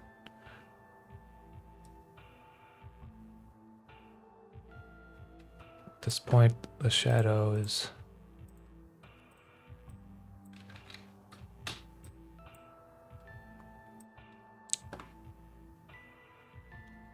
down here.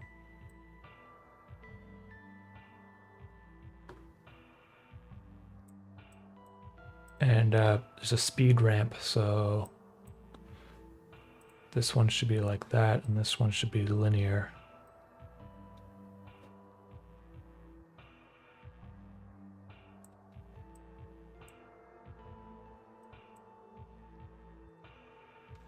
Let's just see how this looks.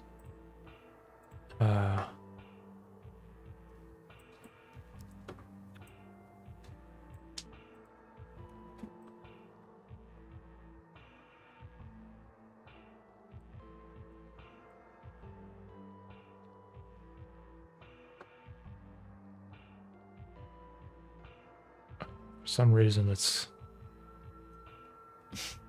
difficult. You know what I'm going to do instead? Delete that. I'm just going to duplicate the train. And one call this one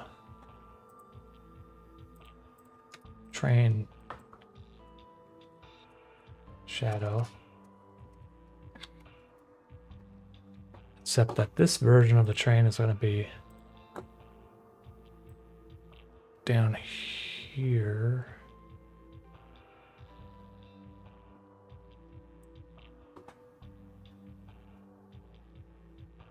Is that going to work? Let's see. Anchor point. Oh, it's because the perspective is off.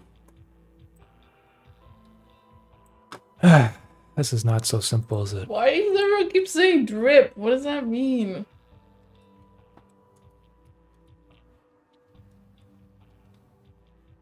Perspective. What is drip? I'm too old for this.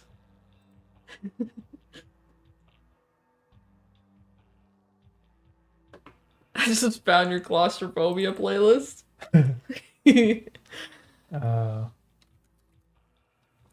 That's a great way to spend your evening. Yeah, so I have a playlist called Umami's Claustrophobia something or other. And it's basically a playlist of people spelunking. Yeah, getting stuck in crevices. Potentially dying. Well, they don't, but they get stuck. One guy did. Does he? Yeah, the guy that was upside down. Yeah, that's... They just sealed him in there. Yeah. So you guys can check that stuff out if you're bored. Oh, what is drip? Fashionable clothing? Wow. guess sweatshirts are really in right now. All right, guys. I don't know if I can do this shadow. I can't even think What right is going on there? Your train's like off the rails. All right, I know what I I have think to your do. computer's like upset.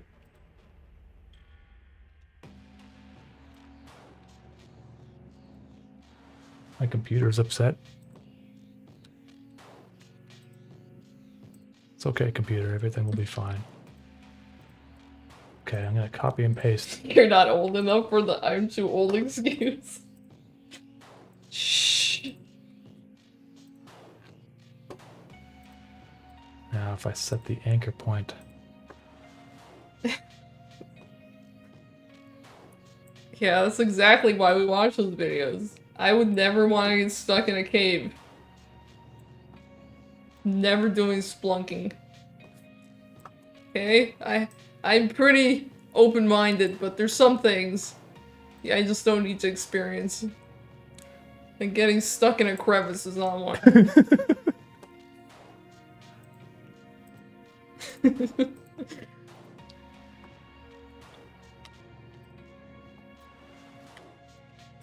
It must be the drip upsetting your computer. Fine, I'll leave. Okay, dude, I hate this part. Okay, there we go. I don't know what you guys are talking about. There's my shadow. It's actually in sync with the train now. That's a beautiful shadow. Well, it will be beautiful in a second.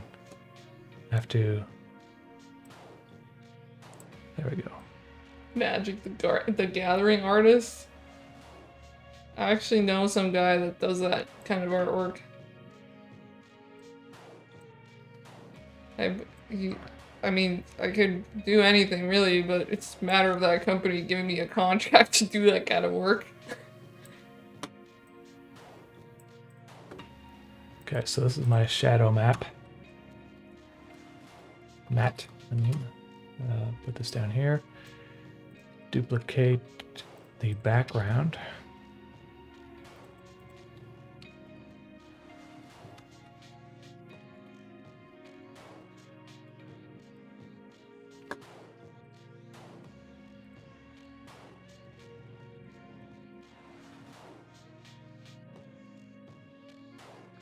Okay, so now these, the dark greens will become the dark gray.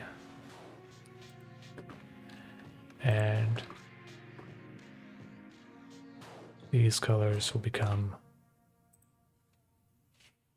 I didn't know my lazy clothing is fashionable now.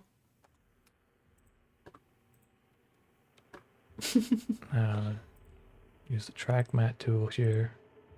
There's my shadow. So now if you look at the shot,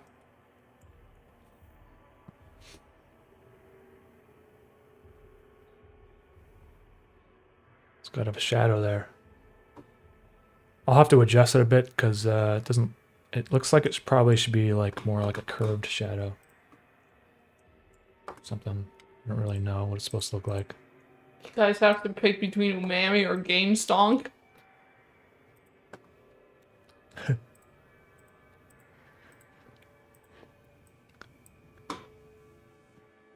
very much I've loved you.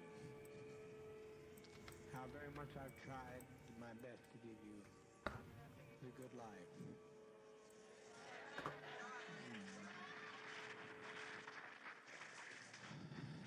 He doesn't look like Freddie Mercury. What are you guys talking about? That looks maybe a little bit better, I guess. I don't really know what part of the train is casting the shadow, but All of them. all right, so there we go. We got the train.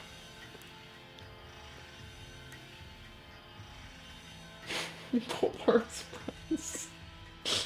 Now I need to get my puffs of smoke in there too, because the engine's way in the distance over here. You're Brazilian Freddie Mercury, Justin. Okay.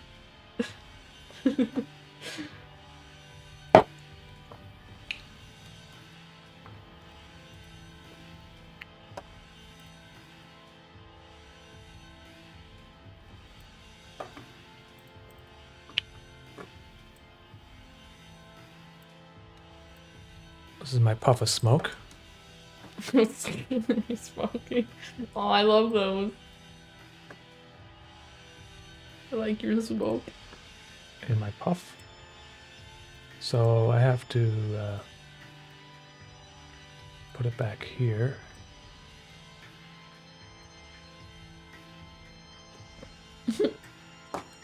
Outer glow.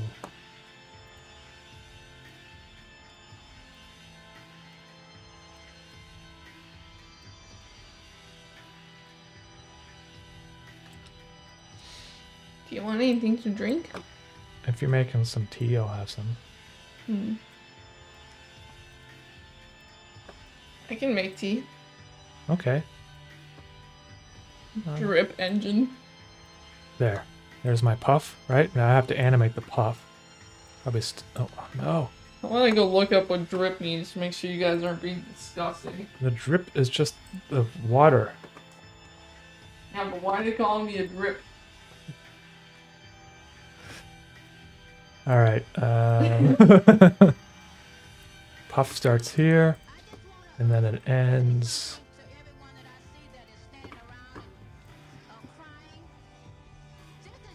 like that, maybe? Let's see. Ooh.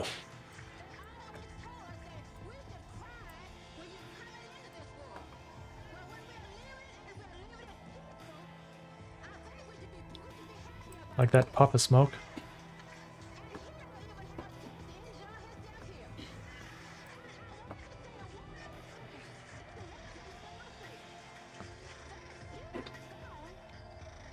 Every 4 seconds.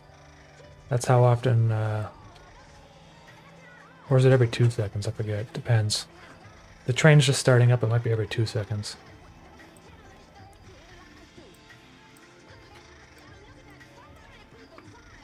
Puff. Puff. Puff. And then another one. I also have to animate it moving slightly because its train is moving. It should be one at 8 seconds here. It should be at 6.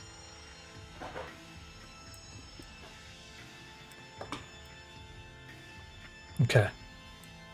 Now, take my train smoke.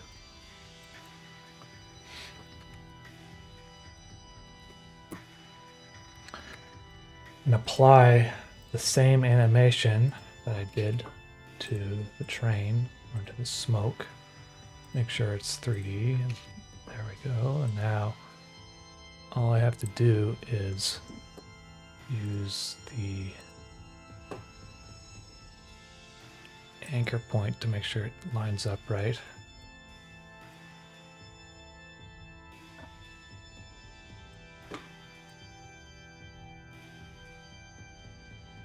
Huh. Got messed up. Anchor point should start down here.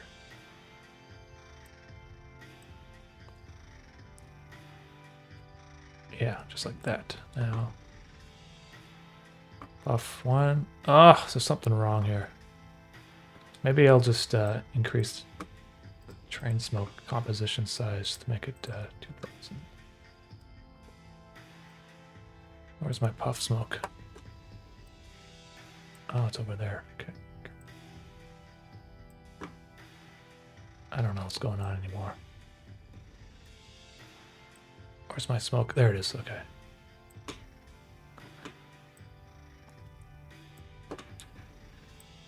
Okay, so you're going to start down in the corner here.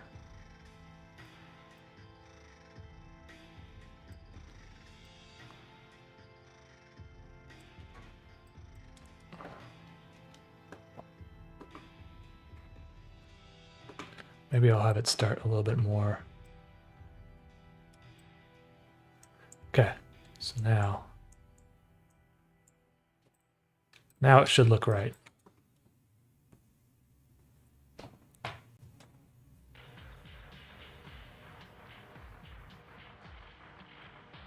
And I'll animate it, I'll cheat it a bit.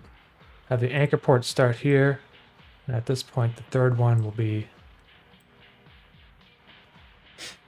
like that.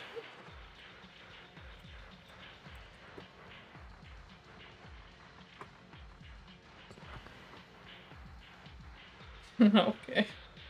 Yeah, that looks good. I like that. That looks good. I understand drip.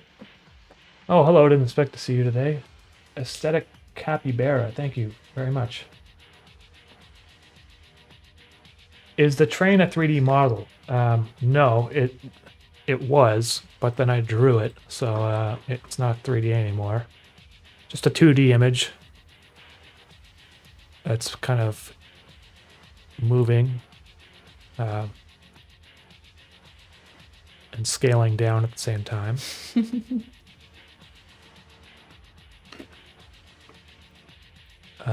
So now, what else? There should be some birds in here.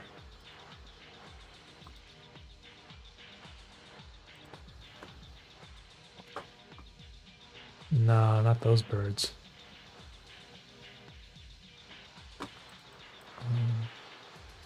Bird? Oh, there's a different bird. Okay, bird flight cropped, bird flight. You're stinky.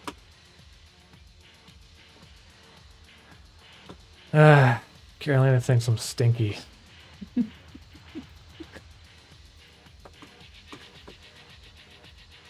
Now, I have to get rid of my red sky for a second because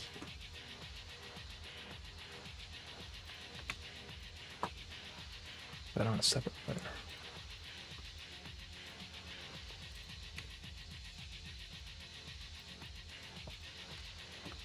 Okay, so I got my bird.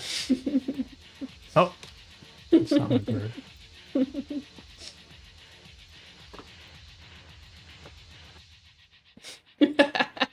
It's so.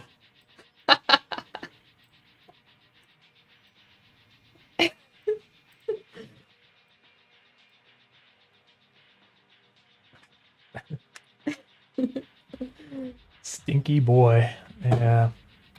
Listen, you know, my time is so limited I haven't been able to shower. Yeah, whatever. You're just stinky. Stinky.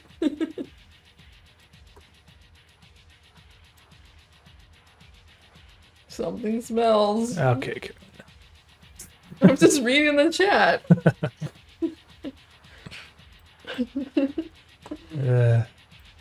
They're calling me cool and swag, and they're calling you stinky. And smelly. Yep.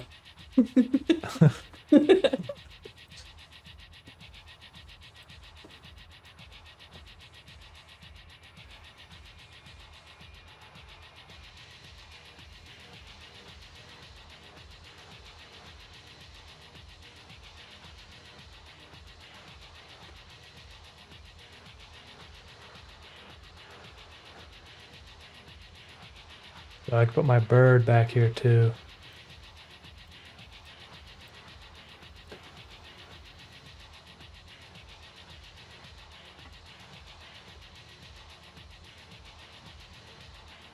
Oh, where did it go?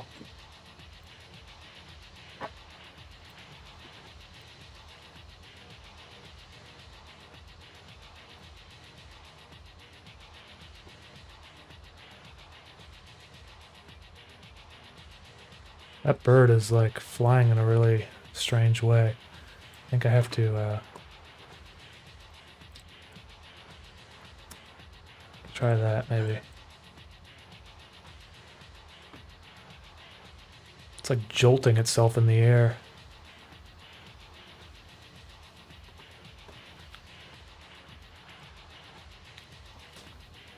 Oh, whatever. I'll fix it later. Thanks, Carolina. Ow!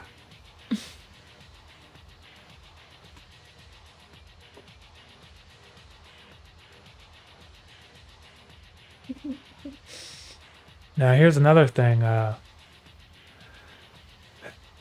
Okay, once I get these birds up in the sky, I might put some shadows of the birds on the building. That might look cool. But I have to fix the bird, because right now it's It's like jolting. So Are you feeling fresh? me? Yeah. Yes. Really? No, I'm feeling stinky.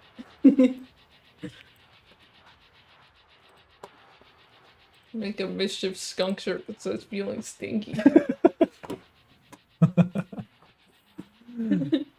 Yeah.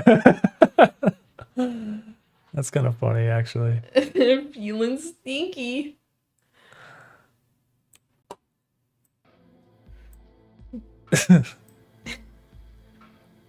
Show bird. Okay. I don't know what that means, but.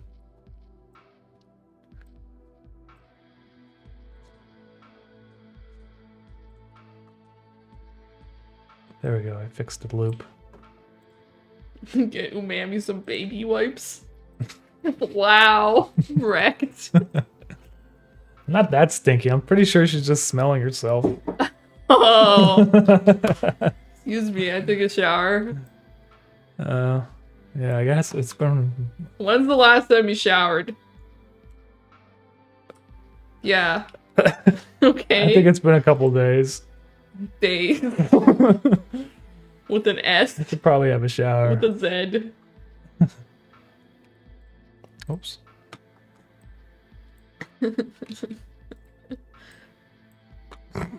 Are we a couple, Justin?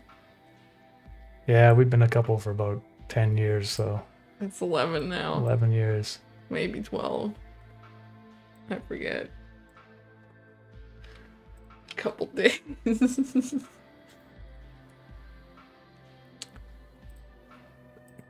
Okay, let's see if this bird works. Yeah, I knew a guy that used Febreze instead of showering.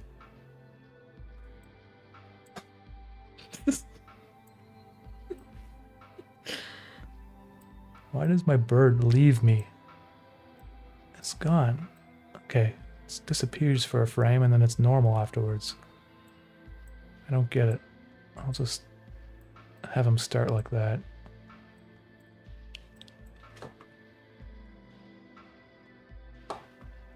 Yeah, that's fine. Okay. So, my bird probably start around here. Where is it? That's position.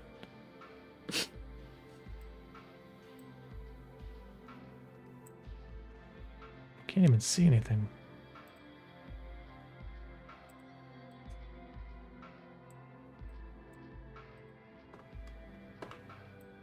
Okay, here's my bird. Starts here.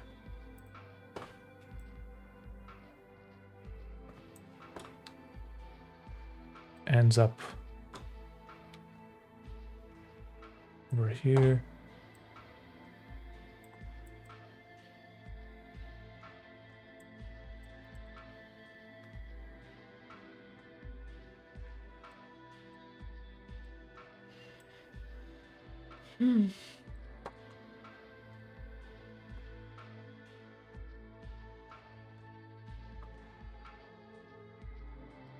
Feel like it's moving very slowly.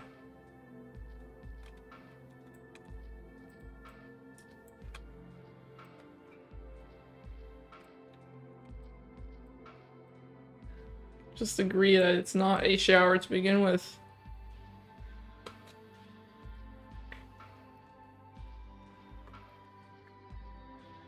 When are we rebooting documentaries? When we can actually go film them? Which seems to be never at this point.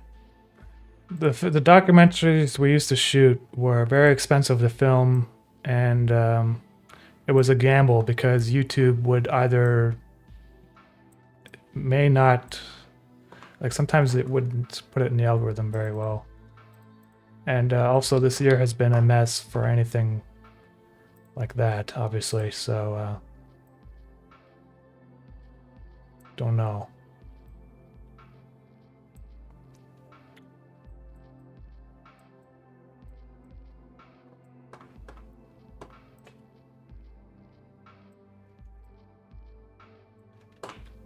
Okay, all three of these birds have a scale to them.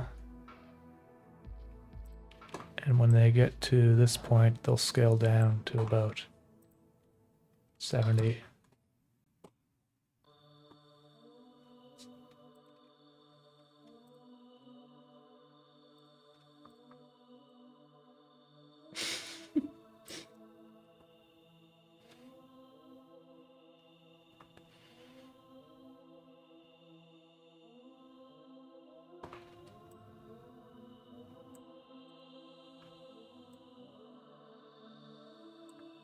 Also, I like to alternate their flight path just a little bit, because it makes them look like they're more independent, just very subtly.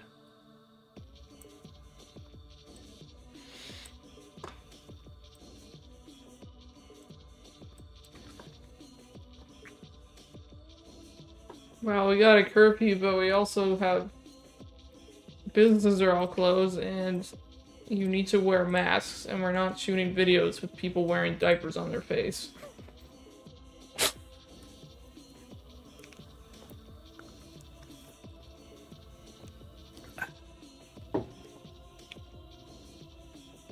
Okay, so let's see here.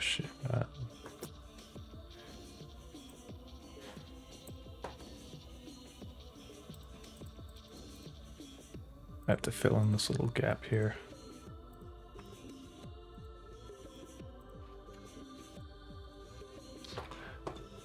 All right. So there we go. My train has smoke. And oh, what happened to the shadow? It's gone. That looks cool. Well, my shadow's missing. Diapermentary.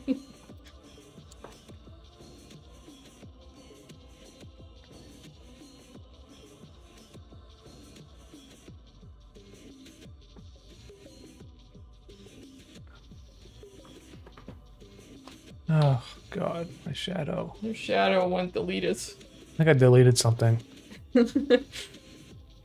You made birds, but then you deleted the shadow.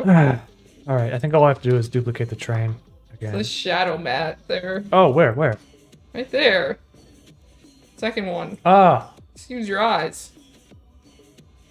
Use your use. there, it's there. It's okay. It was just on the wrong. Use your use. So I got smoke. I got birds. Now I'm gonna put some clouds back there too. Make things look a little bit more interesting.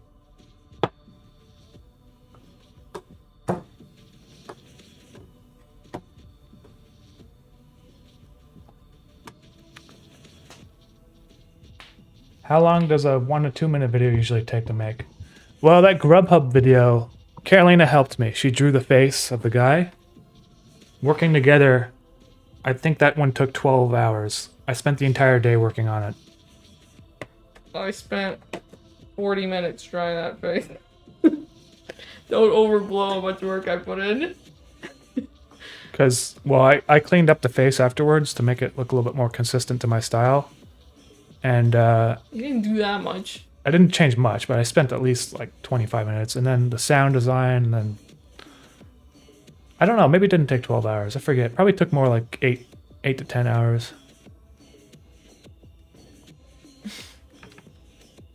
I like all the videos everyone else made with it. Because it ended up reminding me of some things I forgot about, like those stupid celebrities singing. That was really cringy. Yeah. That was one of those cringes where you like feel it all over your body. It's just pure embarrassment on behalf of everyone.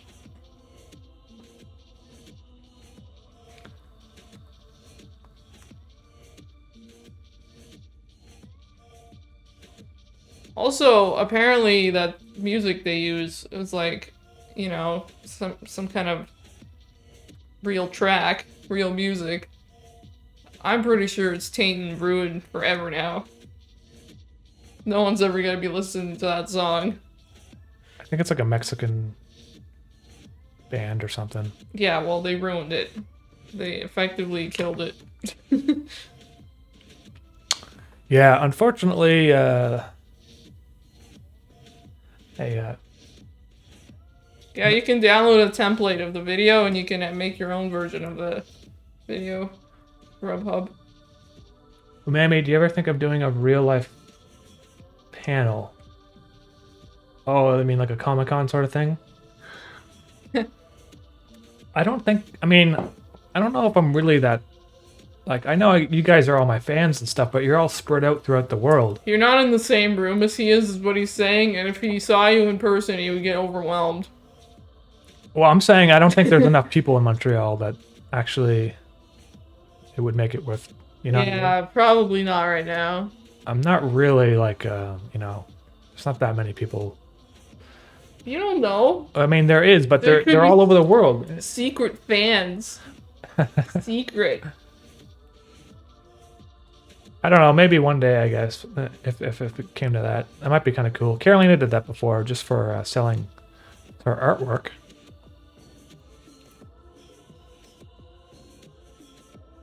Maybe if I had like stuff to sell, I might do it. Like if I had, I guess I could do that. I got like the vinyls, and Yeah, you got merch. I could get some merch made You ahead just of have time. to get a table. Yeah, I could probably do that.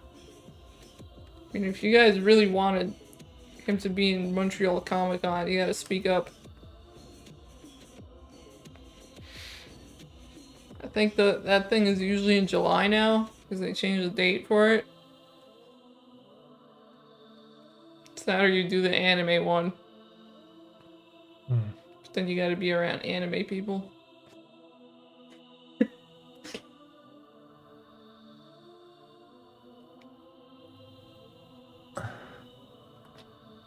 Yeah, maybe someday. That might be fun. How about we wait for that kind of stuff till the border opens up?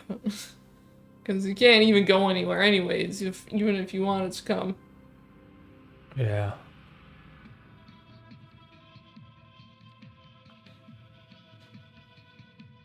Alright, let's see how this looks when I put it in there.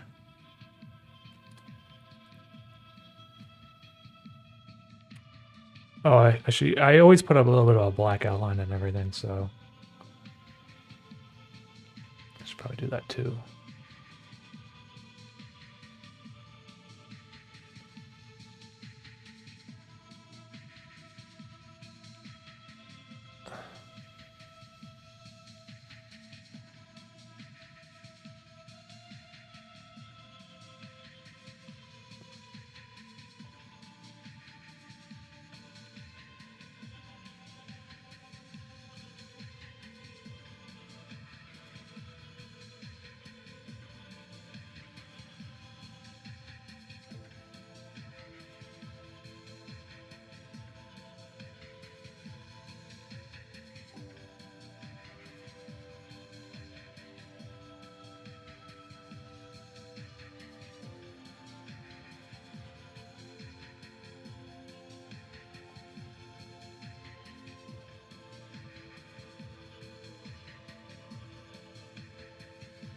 Lagoon Dragoon.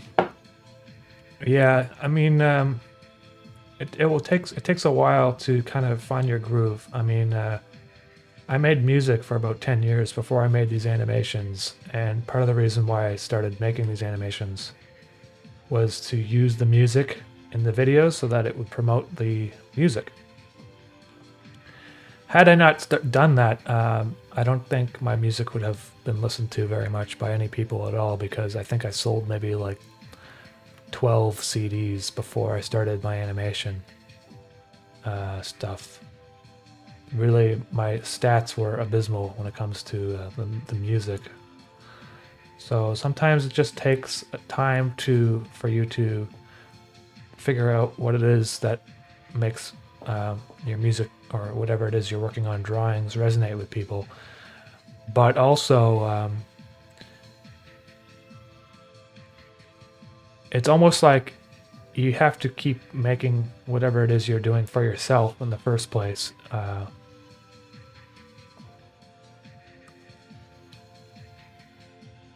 As cliche as that sounds, I think it's important that whatever it is that you're making, you make the stuff that you enjoy. Because that's where you'll be able to your artwork will see it. It will feel like it's coming from a place of legitimacy. Okay, there's my clouds. I want a marshmallow.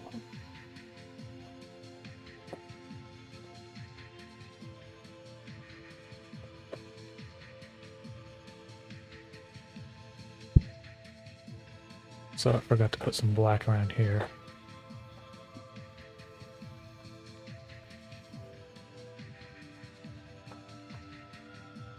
Okay, there. Now the clouds are done.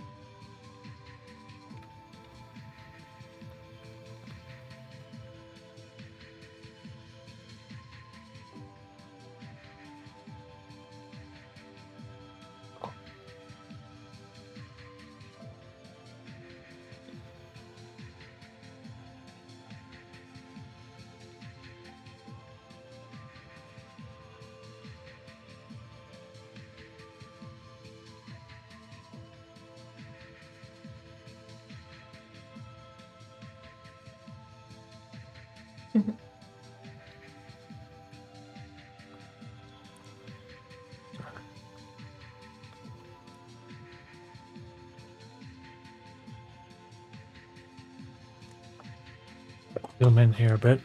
How you look like some other dude, apparently. I'm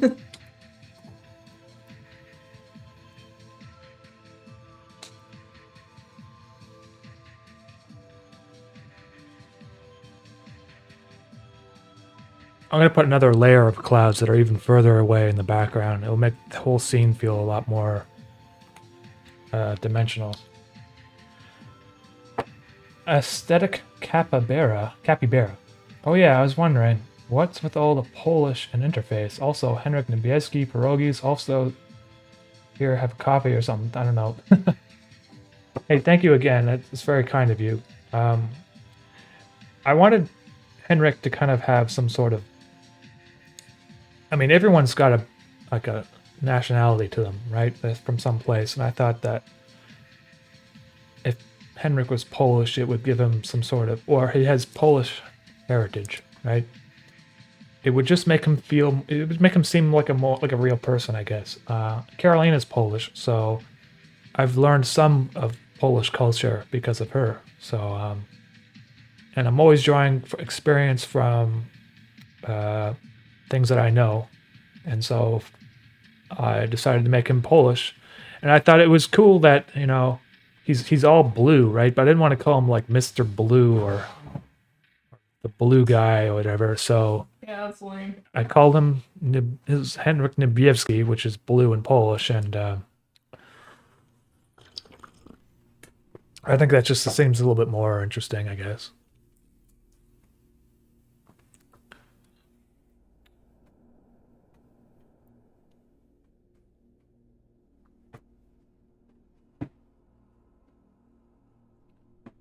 I'm gonna have more clouds even in the background, I think. I think these ones might just be black.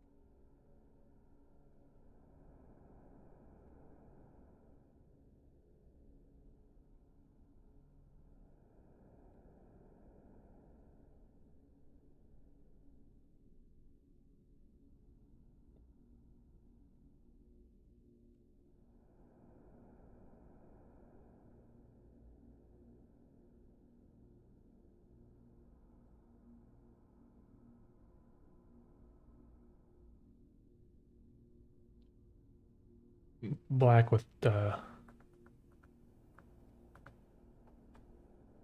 dark red. Wow. There's 2 Polish people in here.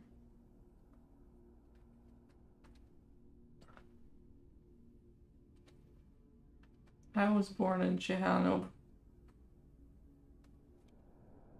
You might have to speak up. I don't know if they can hear that. Ciechanów? There's my background clouds.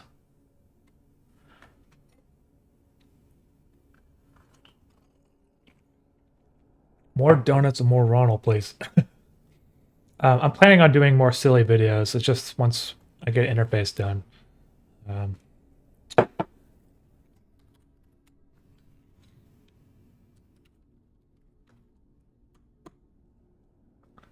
Okay, so now I put more clouds in and make them move slower because they're further away.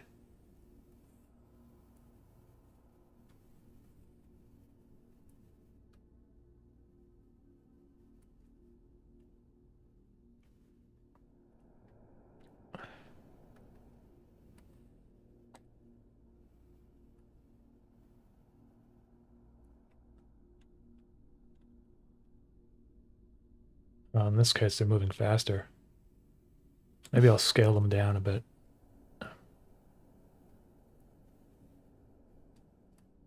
And make them move less quickly.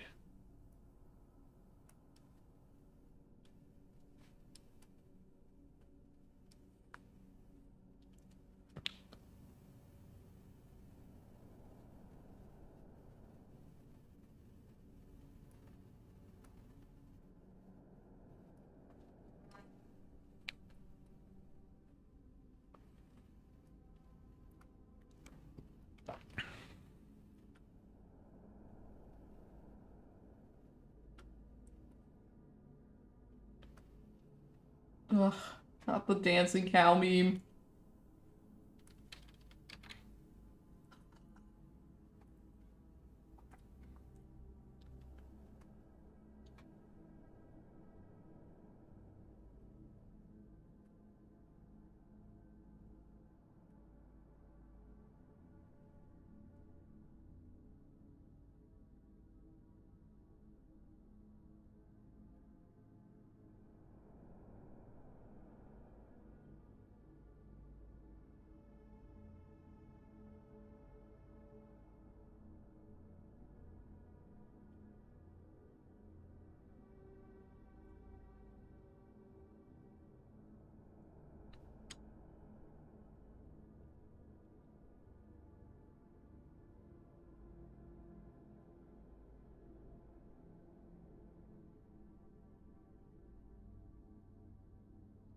What's a Polish rainbow?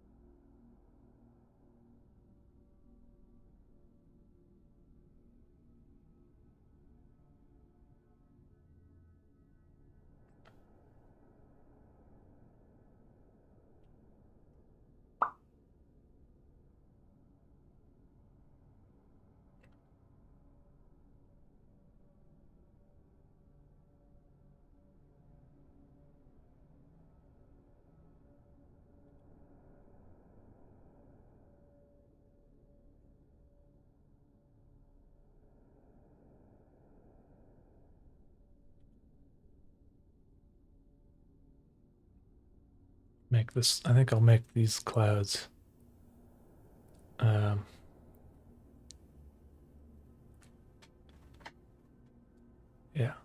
looks better. That's nice. Okay, so my shot is now like this.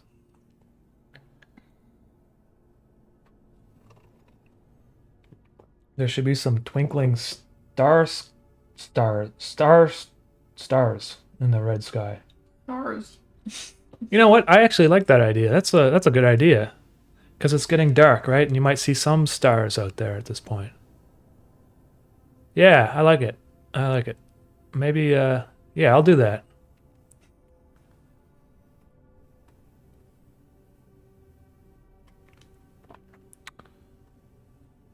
So,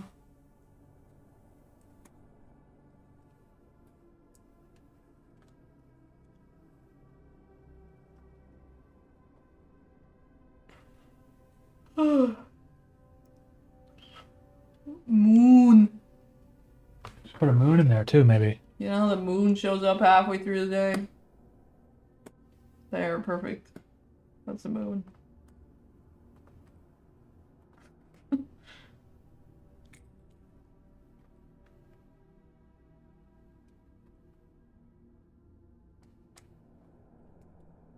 Huh? I like it. That's a good idea. Thank you, cool gamer.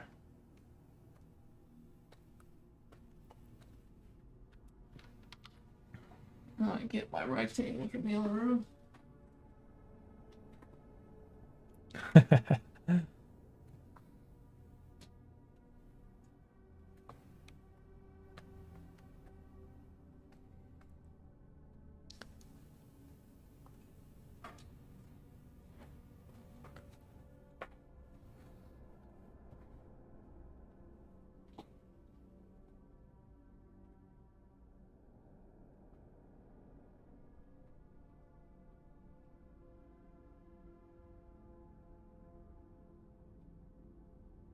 Moon.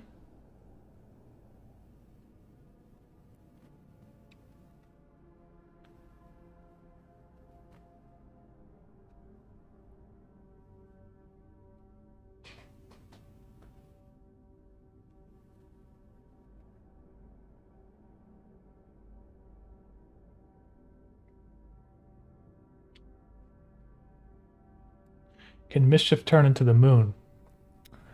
Well, actually, mischief kind of has more in common with the sun than he does the moon. Reveal. As well, that's why he becomes a sunflower. Moon.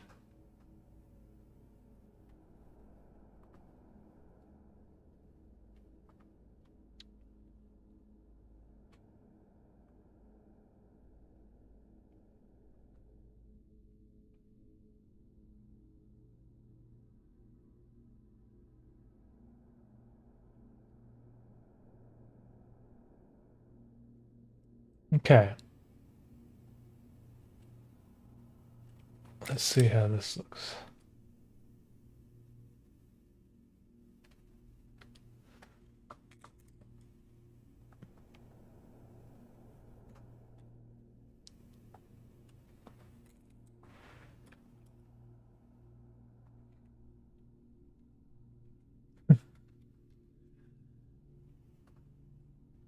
All right, I'm gonna put my stars in there now.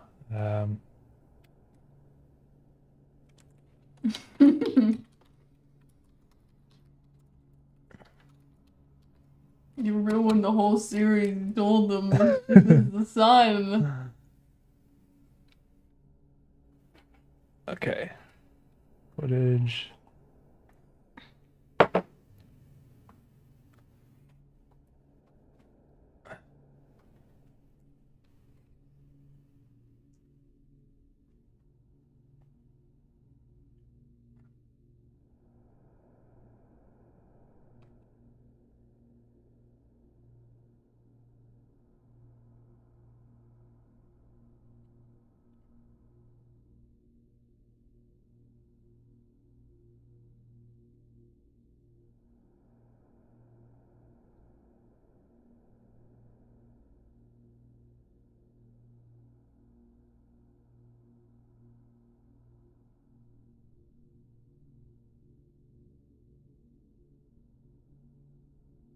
Oh, I like how the moon gets revealed by the cloud there.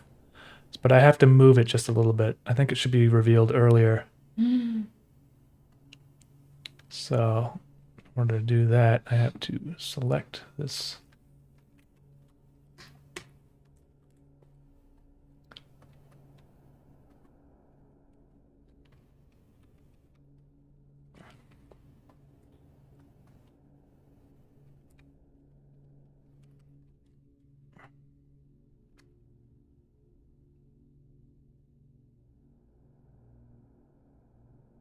think I might have to reload footage, maybe. I mean, I shouldn't have to.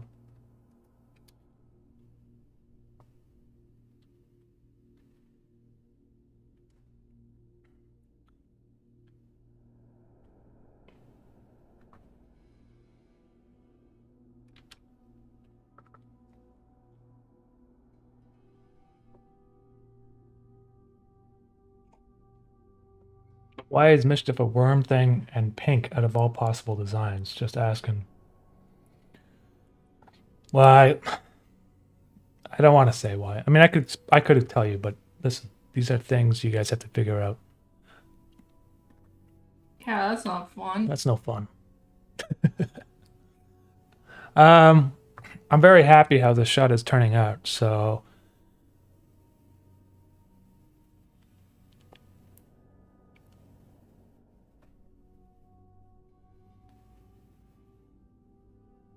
oh yeah, it's nice. A lot of stuff happening here. Well, that's it for now, guys. That's a typical work day for me. You know, I guess it's only 2 p.m., but usually I'd work until like 4 or 5. It's just when I live stream at the same time, I get quite kind of tired. This is what I did today, and I think I'm going to call it quits for now. But Take a shower. yeah, take a shower. Listen, everyone that has been in here talking with me, thank you very much for hanging out, and thank you very much for all your support and your super chats and merch and all that sort of thing. I really do appreciate it. I'm gonna keep working on this, and I'll do more streams. I don't know when the next one will be, but I'll try to do it again soon. All right, guys. Talk to you next time. Hey, Connor, how you doing?